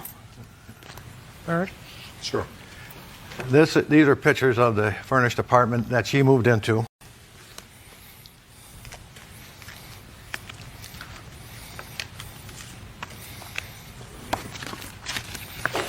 Got it. Now, this. When I moved in, the beds had bed bugs, so we called I'm waste not management. talking. This is not a bed. This is Okay. a table and chair. Where is it? $1,800. I purchased all the furniture when I moved in. I paid him $1,800. Just a second. You paid him Yes. for all the furniture. Yes, but I'd like the to bed. see proof that because you took all this furniture. I'd like to see proof that It was you through the paid property him. management. I paid through the property management. And I also have the pay stubs for my Just a checking second. account. Did she ever buy your furniture? Yes, we did, Your Honor. We No. we were going to. He just said yes. If you interrupt me again, I'm going to find in his favor. Do you understand Yes, me? ma'am. Did she buy your furniture? No, ma'am. I'm sorry. I'm used to ma'am from the military. No, Your Honor. Just a second. You first said yes, and then you said I no. thought you meant, did you buy new furniture? No, I said, did she buy your furniture? No, Your Honor. Okay, so is what you're telling me you were renting a furnished apartment to her? Yes, Your Honor. How much was the rent on the furnished apartment? Initially, I think it was like $1,900 for the Okay. rent. Do you know what this is? I have a copy of the rent portion. This is a fraud made up by somebody, Your Honor. It's a fraud. Total. It's a joke. She's done that before when she said I bought something. Just a second. Nobody sold you all this furniture for $1,800. No, Your Honor. Don't believe it. Your Honor, it's the truth because when I moved in, the beds got removed by waste management. I don't care if you removed the beds. Listen, I'm looking at these pictures. And it didn't look like that when I moved in, Your Honor. I promise you it didn't. The beds, it didn't look like that. The beds or the couches didn't look nothing like that. And I had a 1- and 2-year-old, and I told them that the glass tables couldn't be there because of my kids. So he removed those when I first got in. So the only thing was left there was 4 chairs, like 4 little white chairs, rocking chairs, and that's it. And the beds were removed. You know, I'm not believing you. I'm not believing you because, don't tell me it's true. I'm not believing you because if first you tell me that you paid $1,850. Hey, First you tell me you paid $1,850 for all the furniture in the apartment, and then you tell me that there were only 4 little chairs there. It was because the beds were removed because they had bed bugs. So you didn't want the beds. Exactly. Just a minute. So you didn't want the beds. So you want me to believe that you paid on Section 8 housing $1,850. I did. I did. They had let me finish the question. I'm going to finish the question. There. Okay, go ahead. I don't believe you. I don't believe that you paid $1,850 for 4 little white chairs. It wasn't just 4 little chairs. Yeah, there was appliances there too, like a toaster and a microwave and things like that. No, not things like that. What about table and chairs? No, they were removed. They were removed because they were glass, and I had a 1 and 2 year old. It was dangerous Just a for second. them. So is what you're telling me you paid for it and then had it removed? No, I didn't pay for that. He had it removed by by the property management. So I want you to tell me what it was that you paid for. I will. $1,850. It was 4 little chairs. The kitchen was all furnished with all appliances. It had every spoons and Tupperware and bowls and cups and stuff. And I had nothing when I moved in there. And it had 4 chairs and it had some comforters and some sheets and things that I do believe that came up to about $1,800. I had my income tax and I did pay him that much for that. Around the time that I moved in, I did just get my income tax money and I paid him for that. I don't believe you. It's the truth. So we have carpets. I have other pictures that are better. You have stickers on the doors. Those are a lot clearer. What is this a picture of? I don't know, Your Honor. There were so many things that were jerked around and reworked that I didn't even know the place when we finally walked in. I just stood there. I've never met Mr. Couldn't Johnson believe until it. today. I've never seen him. He never been on a property where I was there, and he didn't know what was in there when I moved in. This is the first time I've ever saw him. That's a lie, Ever Your met Honor. him. I went through a management company, so maybe he don't know what was in there left or not, but it wasn't him that I went through. I never dealt with him. I would like to speak to the inspector who did the inspection of this property. And we're going to recall this case while I try to have one of my clerks back there get me a number for this inspector. And if you have the number, that would make... So mine's and theirs is totally probably different, but I don't know what happened. But I know when they came in to see me that it worked. Those pictures are when you moved out. I walked in there and fell over. I just want to speak to the inspector who did the inspection. Where's the number? I don't see the number. I have a number for you right here. 760. Miss Henderson, Mr. Janet, the people who did the inspection from the government decided it would not be a good idea to speak to anyone about anything at any time, anywhere at all. They don't think it's a good idea to get involved. As a result of that, let me tell you what I did. I looked at the before pictures of the kitchen, the way it was when you moved in. And then I looked at the pictures of the kitchen when you moved out. Compared the kitchen and compared the inside of the stove. I have professional cleaners coming Just a second. Compared the outside of the stove. This didn't happen in a couple of weeks. That happened in the years you were living there, which means this place may have passed inspection because the smoke alarms worked and the carbon monoxide worked. Maybe whoever inspected said, this is just dirt and it doesn't make it uninhabitable, it just makes it disgusting. Do you understand what I'm saying to you? No, I don't. Because they wouldn't have passed me with a stove like that. I mean, that's on a checklist. Well, that's the stove. I compared it to the stove that was in this picture. I don't know where he picture. got these pictures from, but the pictures you're showing from before, that's my pictures. So I don't know where he's getting these after pictures from. It's not true. Absolutely. I compared the two. Right, and the one you got before pictures, that's how I left it. Minus the counters. This is how you left it. That's how I left it. And minus the counters being chopped up, I did do that. I did chop up the counters, but other than all the other stuff he's showing, I don't know where he got those pictures from. Great. So I don't believe that to be true. Well, let me ask. I don't care what you believe. I believe that I did destroy. Why did you chop up the kitchen counter? I didn't know any better, and I do take responsibility of that. I do. And the carpet may be dirty, and he needs to replace and clean it, but that's it. But other than that, those pictures came from when I left. Very good. Judgment for the plaintiff in the amount of $5,000. Your counterclaims dismissed. We're done. Nobody should have to endure the kind of trashing that place took. They wouldn't have cleared me and let me move on to the next place. The destruction was immense. He really wants as a monster. He's a very slumlord, so I'm okay with the verdict. I'm out of it. I'm out of it. We've got each other. That's all I want. Miss Smith, how old are you? 19 years old. And how old are you, Mr. Ramon? 21. How long had you and Miss Smith been dating? Since about February of last year. It appears, Miss Smith, from what you say, that You were staying over at the defendant's house, and that was January of Yes, this year. Had you done that often? Staying at his house? Yes, ma'am. With your mother's permission? Yes. What time had you arrived at his house on the 28th? I'd say probably around 2 or 3 in the morning. You got there at 2 or 3 in the morning? Yes, I was out of town with some friends that night, and when I got back in town, I went over to his house and saw him. Where had you been? Winona. What were you doing there? Seeing friends, hanging out. Why didn't you go home? I just didn't want to. And he invited me over, and I said okay. Well, you live at home with your mother. I'm just trying to put this all together. And you were out with some friends, getting home at 2 o'clock in the morning. Could I ask you a question? 19 years old, lives under your roof, so you control the air, you control the, what goes on in your house. Had your daughter told you she was going to be away for a couple of days? It's not unusual for her to go to Winona. I have a 24-year-old that lives in Winona. So when she goes out there, sometimes she will stay the whole weekend. Okay, so when did she leave? I would imagine she left that I left that Friday. Okay. Did she tell you she was going to Winona for the weekend? I Is was my aware. question. Yes, ma'am. How did she get there? Driving.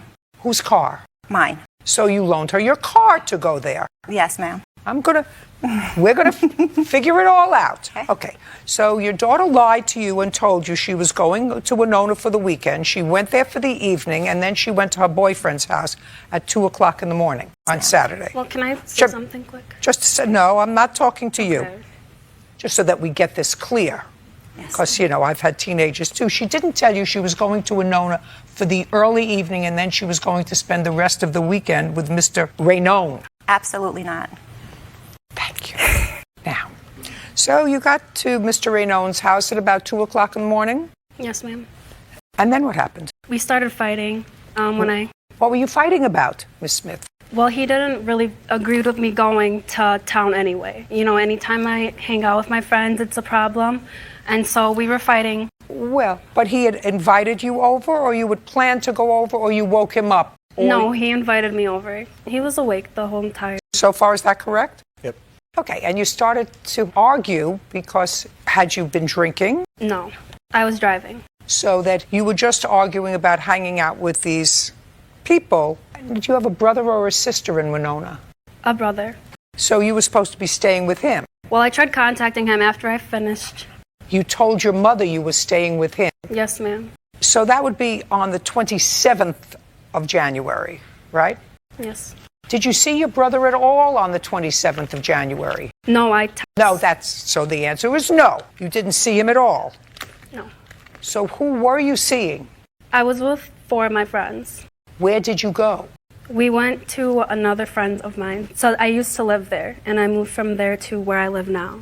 And so we were just hanging out with my friends, and after I hung out with them, I texted my brother and let him know that I was in town and that I wanted to see him, and he didn't contact me back. What time was that? Around 10 or 11. Does he work?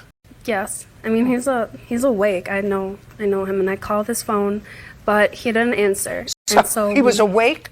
You called his phone, he didn't answer, you texted him and he didn't answer. Okay, now, so then you're over to the boyfriend's house. So the plan wasn't that you were supposed to go to the boyfriend's house. The plan was you were supposed to go, and according to you, I'm just figuring out who my customers are. I don't think you're a bad young lady, I just think that you're a fibber. So I have to figure out what you were fibbing about and what you're not fibbing about. So you weren't supposed to. The plan wasn't that you were coming back to see your boyfriend. The plan was, according to you, that you were going to, after you finished hanging out with your friends, text your brother and get in touch with him and go and sleep there. Correct. But he didn't answer the phone. Correct. Right. You have your phone with you? Correct. I'd like to see the text to your brother. I have my new phone. The phone that I texted him off was the one that Joshua broke.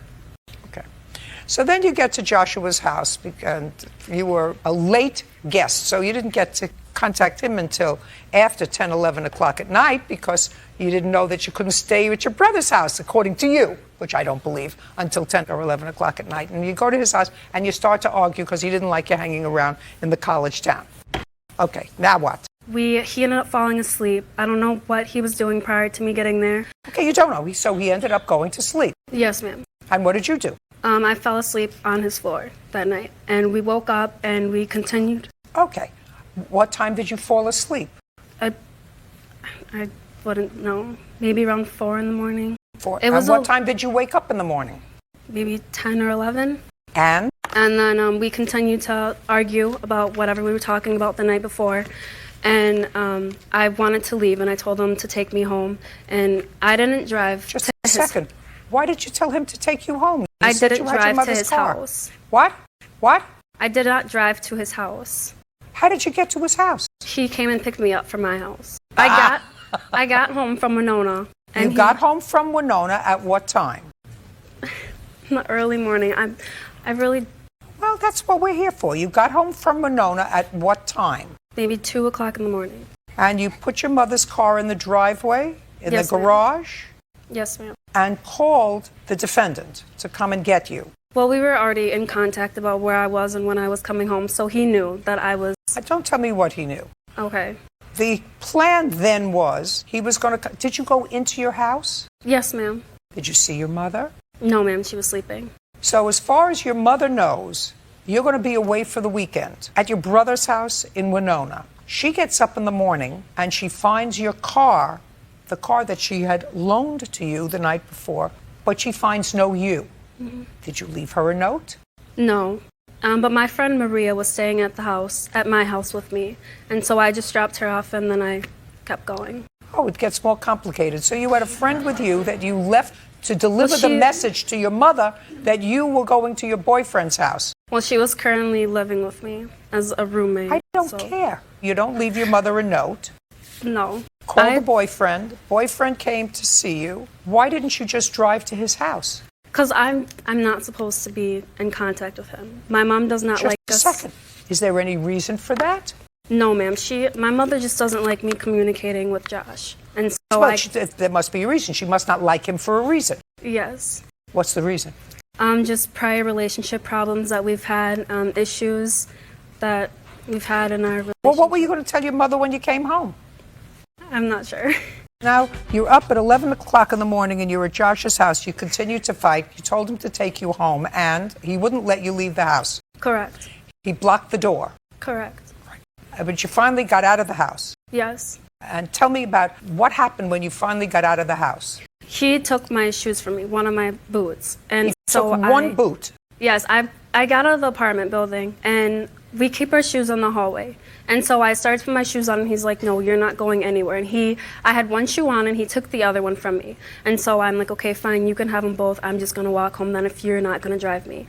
And so I gave him my other boot and I started to walk home in the snow after that with just my socks on. So I walked down the driveway and maybe about 4 or 5 houses down the sidewalk. And that's when he drove up beside me with my boots in his car. Why didn't you call somebody? I don't know. I don't remember. What do you mean you don't know?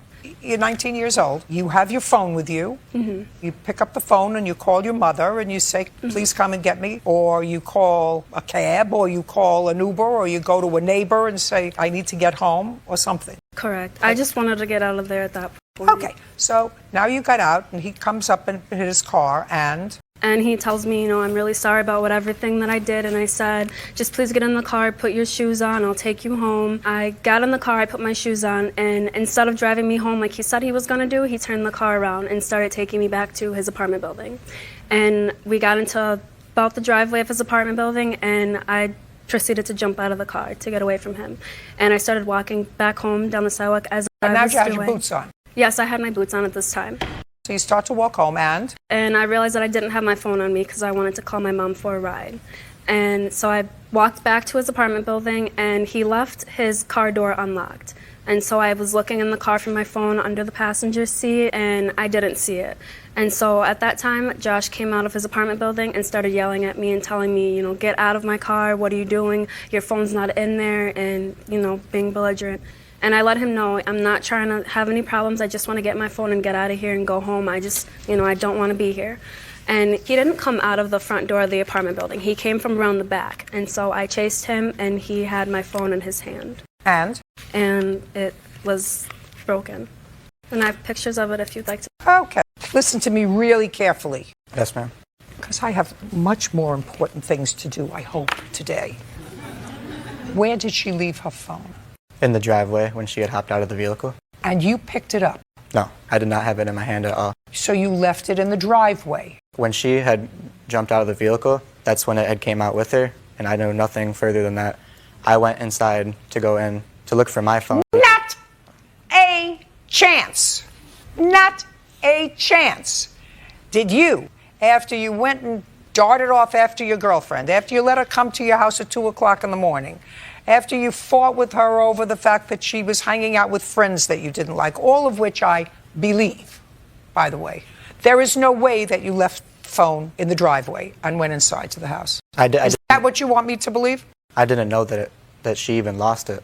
You just said it fell out? Until she had came back, asking for her phone, crying. I didn't know that she had a phone missing. When she had... Oh, I thought you said it fell out when she got out of the car. No, that's what I'm saying. It must have, because she had found it broken. I did not have it in my hand when she had seen me with it. That's a lie. She had found it on the ground broken, and on the ground is where she had jumped out of the vehicle originally, which the phone must have came out with her when she had jumped out of the car. Now you have a police report. Yes. I'd like to read it. Were you there? Do you know about this? I picked her up. She finally got to a neighbor's house. Just a second. That police report isn't much. It just says... Don't tell me what it says. Okay. The police arrived. They had discussion with both of you. Is that right? Yep. What was it that you claimed that she broke or stole of yours? She had stolen my cell phone, and the police did not make a report because she's the one who called the cops on me. During the time that she was at your house, Correct. Did you go through her phone log? No. Did she go through your phone log? Yes. Tell me when that happened. When I was asleep. When you were asleep? I woke up and my phone wasn't where I had left it, and she was starting fighting with me because she was on it. What did she say to you? Nothing. We were just arguing. About what? About the night before and everything. Oh, okay. So you told the police you took your phone because it wasn't where you had left it the night before. No, I had it in the morning. I had the phone in the morning. Listen to me carefully. Yes. Where did you find it the next morning? It was next to me, but it wasn't like where I had placed it before I had fell asleep, which means that somebody was on it. Problem. You have to pay for her phone. You have a bill for the phone? I don't have a bill for my phone, but I have messages regarding when I bought my new phone and how much that cost. I don't care what your new phone cost. I want to know when you bought this phone, what kind of phone it was. This is how much it'll be for a replacement. I don't want to see what a replacement is. The one that he broke costed $350. What kind of phone was it? It was an iPhone 6S. When did you purchase it? I only had it for maybe about 3 or 4 months before it got damaged. So it's a 6S, and you believe you paid somewhere around $350 for it? Yes, ma'am. Yeah, that sounds about right. Anything else you want to tell me? I have hospital records of me being seen after having to jump out of his car. I'll take a look at them. Can I say something, Your Honor? What? Can I give you a little history? No, I don't want to hear any history. I've heard enough history. He's going to pay for her phone. Okay. And I also have something else. Oh, I don't care. When you act stupid, stupid things happen. Miss Judy, he doesn't... This doesn't tell what they found with you. I was trying to let you know. What? That is just the papers that I got when I left the emergency room saying... Did they give you any medication? No, he didn't. Did they give you a splint, a Band-Aid, and anything? He gave me ice packs. He gave you an ice pack? Yes, and then I was excused for work from... Oh, very good. Judgment for the plaintiff in the amount of $350. We're done. Miss Morton, this young man is your son. Yes, ma'am. And he was living with you at the time of this automobile accident. Yes, he was. When had he begun to live with you? April of that previous year. And on what date was the accident, Mr. January Whitmore? 7th. January 7th. Where were you going? Not 5 minutes away to the store. What time of day? I believe it was somewhere in the early morning hours, probably somewhere around 11 o'clock. What kind of car did your son have an accident with? 2014 Nissan Versa. And when had you purchased it? I purchased it in December of the year before. Did you pay cash or did you have it on time? No, ma'am, I paid cash. With what company was it insured? American Family. I'd like to see proof of insurance on the date of the accident. She didn't have insurance on the car. I got a ticket for no insurance. This doesn't tell me. I never saw a certificate of insurance that says that it's effective January 11th, 2016 to termination. Oh, and here's the other one till January 11th, 2017. I need a statement from the insurance company that your car was insured on January 7th of 2017. I don't We're going to wait until we get it. Do you understand? If I'm going to wait for nothing, let me know now. If the car wasn't insured on that date, let me know now. No, ma'am, the car was insured. Then on that we'll day. come back when we have a statement that the car was insured by the company. You got a ticket for lack Yes. of insurance? Yes, ma'am. I'd like to see it. Failure to maintain a lane, which is Pretty much causing an accident. you caused an accident. That's what they're saying, yes. And you had no driver's license. So Correct. you shouldn't have been driving a car. That's what they say, allegedly. What do you mean that's what they say? That's what they said. That's what they say. I had a license, but I just didn't have a physical copy of the license on me. Your Honor, he went to jail under an alias. Just a second. I don't know that. If you have proof of that, that's fine. I'll look at it. It says no license on person. Correct. Did you produce a license? No. Okay, so you didn't have a license. Okay, then you shouldn't have been driving a car. Okay. This said expired registration. I have my registration right here from the state of Missouri. Well, he was given a ticket for expired registration and removing tags with intent. Now, if you remove tags, that means you shift license plates from one car to another. I have my tag number that matches on my registration that matches the vehicle. Listen, I don't know why he got tickets for this. Do you understand what I'm saying to you? Yes, ma'am. You understand what I'm saying to you? He could not produce a valid registration for your car. Correct. He could not produce proof of insurance when they checked because Okay. he asked for license and registration. And the tags didn't match. Whatever vehicle, when they checked the tags, it didn't match the vehicle that he was driving. But my registration with the tag number matches with the VIN number and the vehicle. Madam. Because we were in the state of Georgia. The state of Georgia, when they ran my license, it didn't come up in Georgia's system. Missouri tags, the car that's registered in Missouri would not come up in a Georgia system. Just a second. Why was the car registered in Missouri? Because that's where I lived at the time. I was moving from Missouri to Georgia. I just moved to Georgia. He was living with you starting in April. Where were you living with her in April? In Missouri or Georgia? Georgia. In Georgia. This accident happened in January. Correct. I just moved to Georgia in December. He's been living with you since April. December 2016. No. 15. Listen, we're not going to play with each other. No. Your son was living with you in April in Georgia. This accident happened in January of the following year. This year. April, May, June, July, August, September, October, November, December, January. 10 months later. Yes. Why isn't your car registered and insured in the state of Georgia? I didn't get it registered in the state of Georgia, and I wasn't going to get it registered in Georgia until my tags expired. We're going to come back, and you're going to present to me the tags, proof that your car was insured on January 7th of 2017, a letter from your company, because I assume this is the same company that insures you now. American Family. Fine.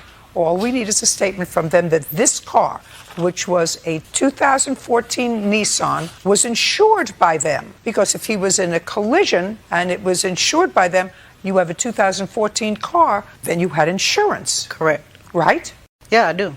Did the insurance fix the car?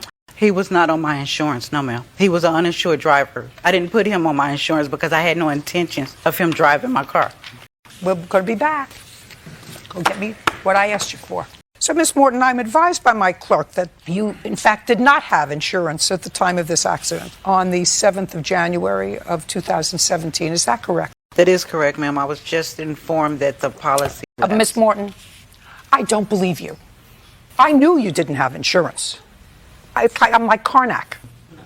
I knew you didn't have insurance because if you had insurance, if you even thought you had insurance, when you had the accident, you would have called your insurance company and would have said to your insurance company, my son just had an accident. Am I covered for any of it? Because that's what people do. And if you called your insurance company, they would have said, I'm sorry, your insurance lapsed, and you would have known that in January, not months later. So let's get over it. You didn't have insurance on the car. I don't even have to get to the point where, were the plates the right plates from Missouri? Was it registered? I don't even have to get there. I know that you had no insurance, and I know that your son didn't take the car without your permission. He did take the car. Let me explain myself clearly to you. You lie to me once, you get no further chances. The only thing is, you're culpable for letting him drive a car that was uninsured. And there's no question in my